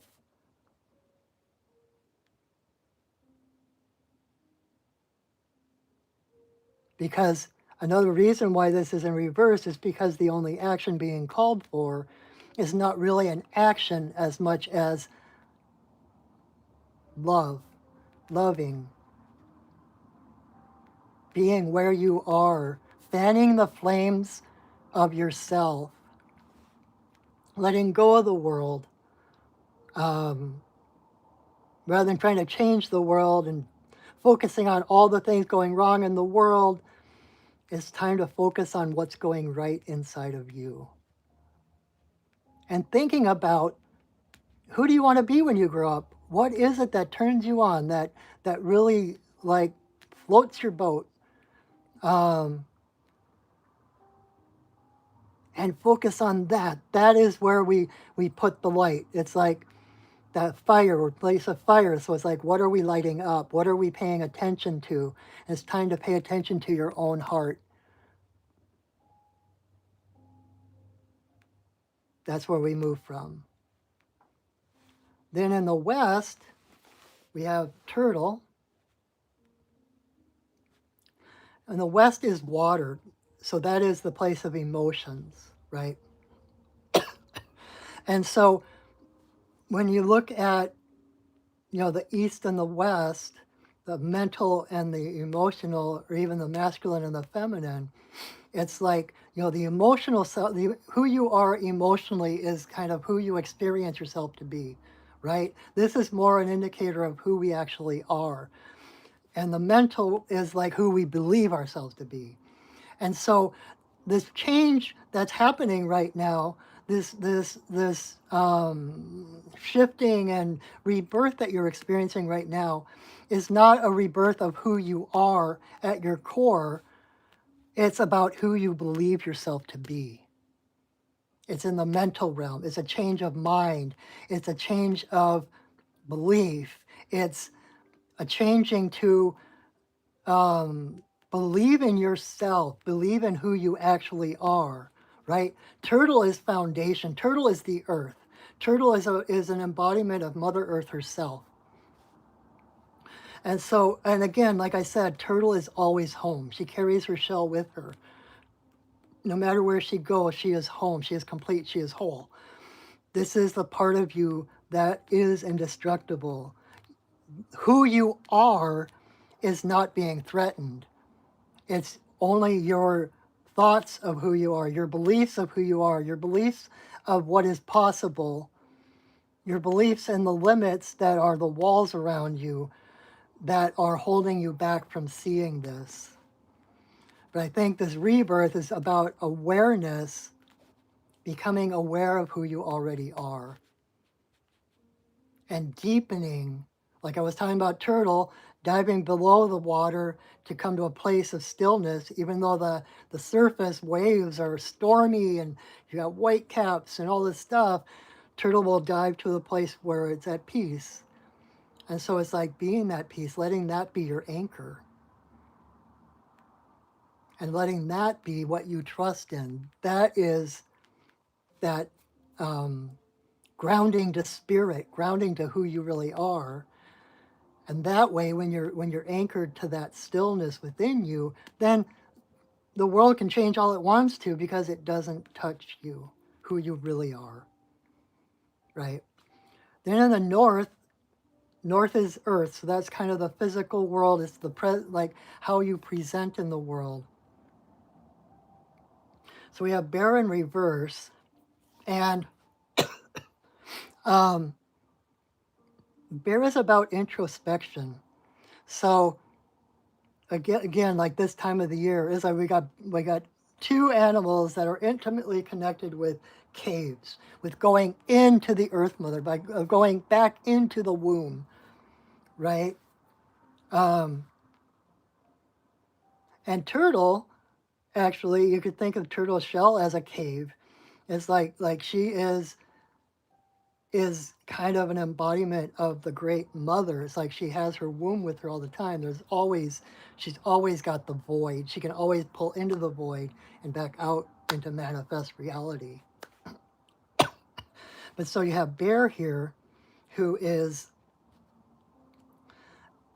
especially at this time of the year, crawling into the cave, crawling into the womb of the earth mother to rest, to dream, um, to dream about what she wants to find when she wakes up in the springtime.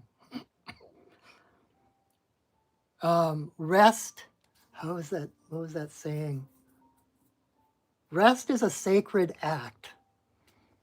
Rest is not wasted time or wasted energy. Rest is necessary. It's that part of that cycle of death and rebirth, right? You sleep every night. If you stayed up for days on end, you're going to get sick. If you keep going, you're going to die because you're constantly in that doing, acting, awake. And systems need to go deeper, to rest, to go to stillness, right? And so this is the time to to let go of the world, to pull back from the world and focus on yourself. All those things I was saying about dog, right? It's like coming back into the dark and lighting the fire of yourself, of your heart, of what calls to you, of being like bear, having the courage of bear, that fierceness, um, and playfulness, like your inner puppy, right? Bear has that playfulness too. To imagine, to play with possibilities, to play with, like, well, what would it be like if I went for this career that I've always wanted? What if I did, like in my case, get my comics published and become a full-time cartoonist, right?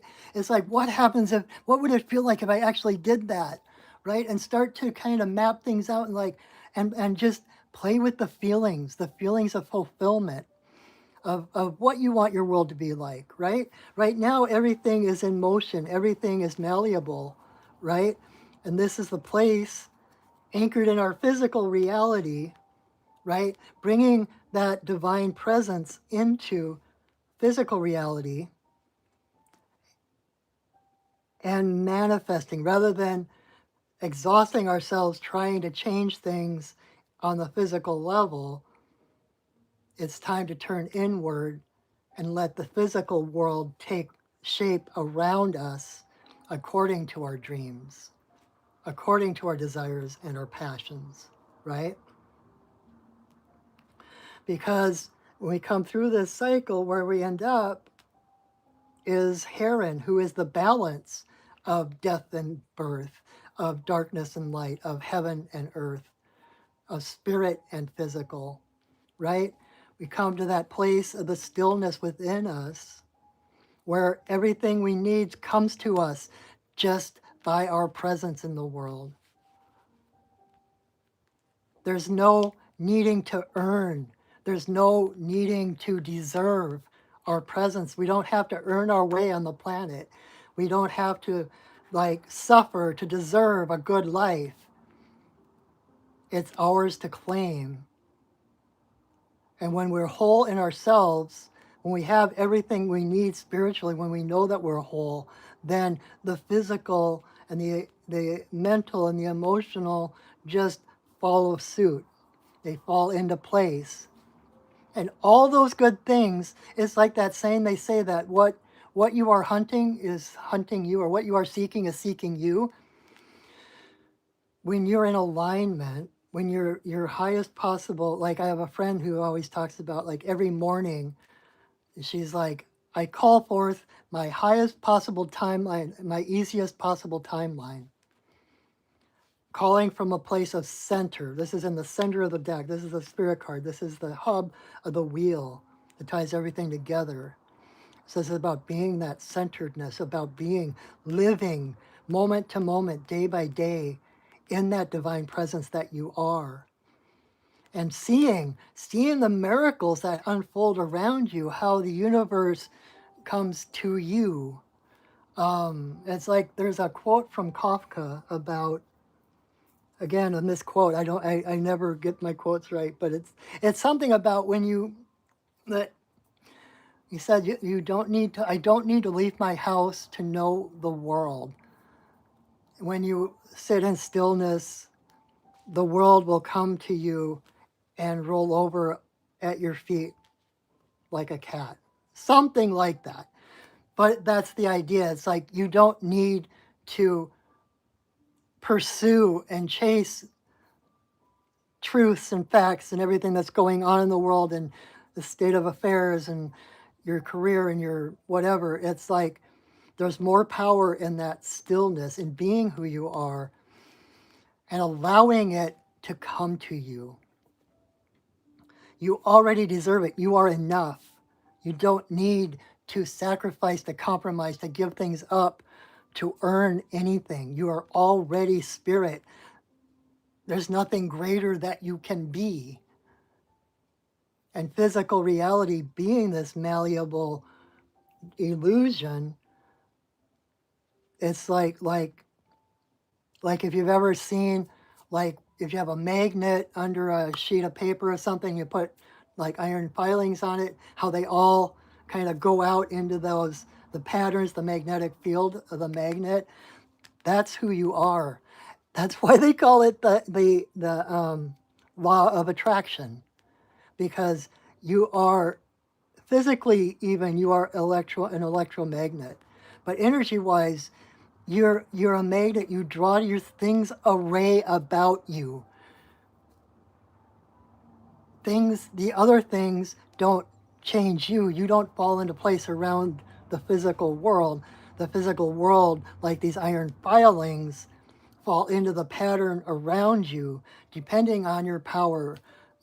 Or even better analogy might be like if you've ever seen, they do the same thing, but they do it on a speaker.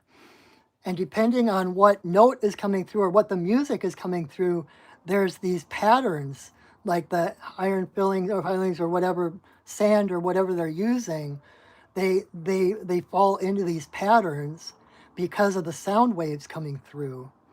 And different sounds have different patterns. You are the pattern setter. And whatever you put into the world comes back to you. The world reflects it like that speaker does.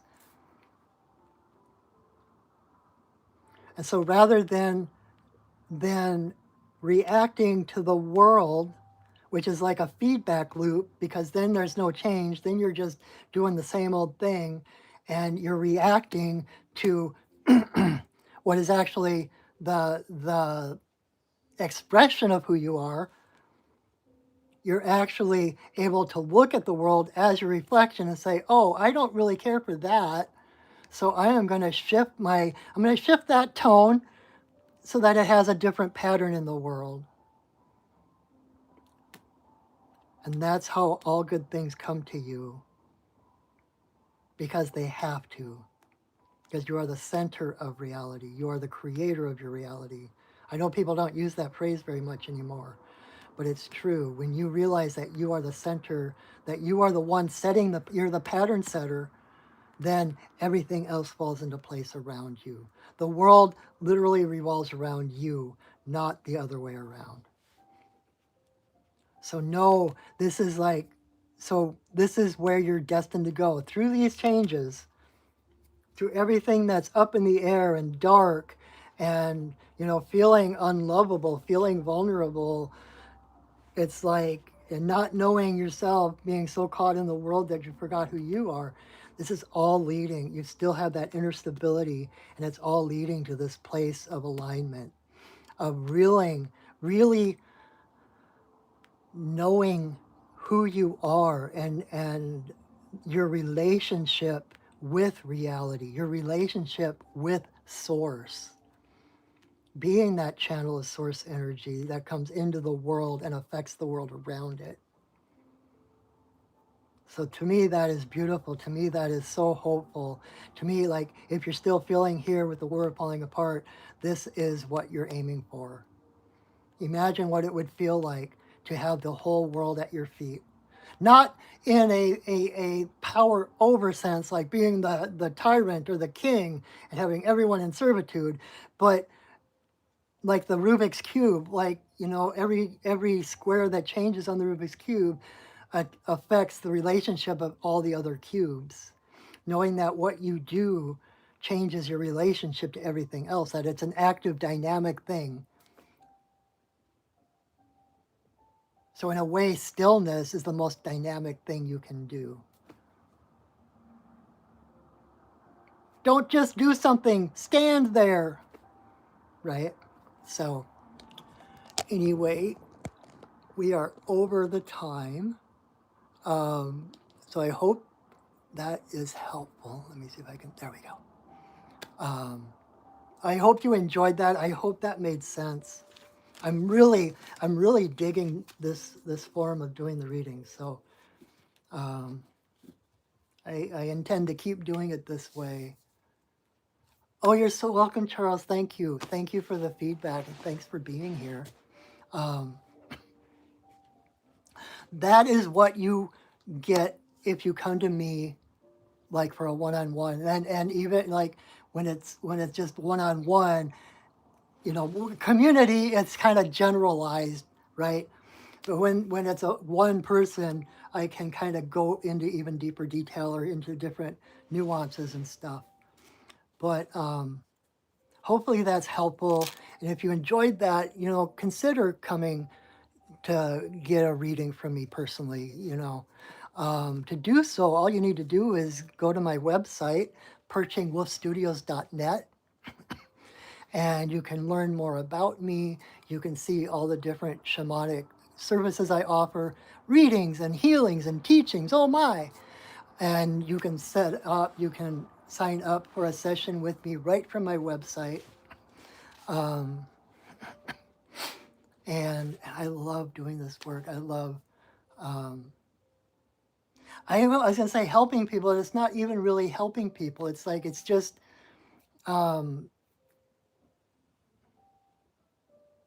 because I don't do anything. It's like people come to me to be able to see something different. If that makes sense. When I first was learning, in my first psychic development class that I ever took, our teacher kind of hammered into us that when people come to you for readings, they're not coming to you for the answers. They're coming to you as a translator, because as a reader, you're not creating answers, you're not manufacturing anything. You are able to literally read a different language. And so people are coming to you with their energy.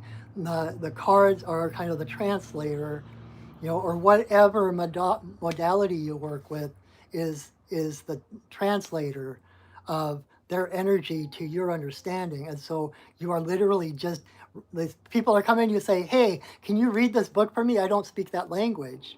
And so you are literally just reading the book. It's not originating from you. You're not creating it. You're not manufacturing it. And so it's just beautiful. And so if you would like to work with me, I would be so happy to work with you. So that, like with the readings um, and healings, I do soul retrievals and other shamanic healings, Reiki, etc. All of which I love soul retrieval. And then teachings. I'm trying. It's like there's been so much going on lately, but I am in the process of creating some more classes to do in person and online. So stay tuned for those. Meanwhile, if you are looking for a teacher, if you've had a recent awakening, or things are just weird and you want to know more about why, and you're looking for a teacher, I would be happy to step in. I would be happy to be your teacher. I do one-on-one personal mentoring for people to help them find their path, not to become a carbon copy of me, but through my experience to guide them through their experiences, and to help them learn the language of their own soul and their own personal mythology, to find your own path. So if that sounds good to you, you can check me out on my website too. If you haven't already, please subscribe to my channel, like my videos.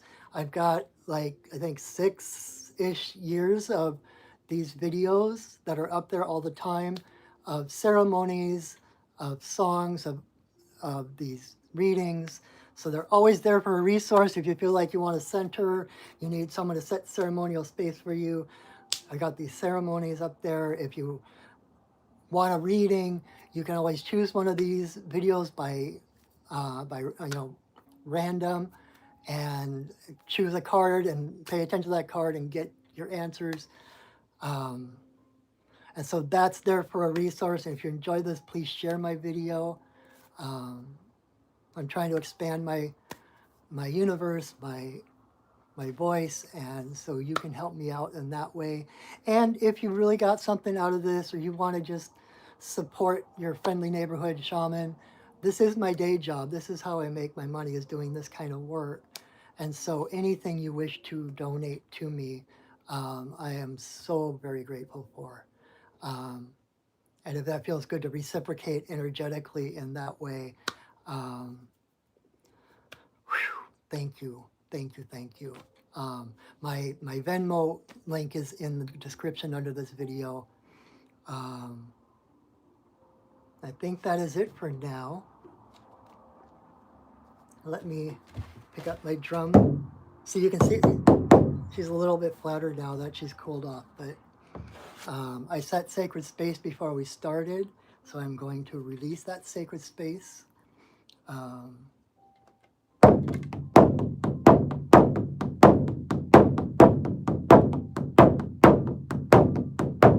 spirits of the earth, spirits of the air, spirits of the fire, spirits of the water, spirits of the upper world, spirits of the lower world, compassionate spirits of the middle world, the Fae, the spirits of the land, the ancestors of the land. Thank you for your presence. Thank you for holding us in your love and your light. You are always welcome in our circles. Thank you for welcoming us into yours. Oh, I had to giggle a little bit. I had to look at the clock and make sure it wasn't past noise times. I was not sure how my neighbors would appreciate full-on shamanic drumming at late at night. Anyway, thank you for being here. I will see you again Monday night, I hope, next Monday. Stay tuned on you can follow me on Facebook. I actually just put up a blog. I think I've got my blog link in the description too. I just put up a post on my blog for the first time for a long time, and I'm going to try to keep that going. But just stay tuned, and got lots of good things coming in the future, and I hope to see you again. And until I do, know that I love you, that I see you, and that I honor you. Have a wonderful week. Have a great Thanksgiving if you're in the States, and go shining. All right. Bye now.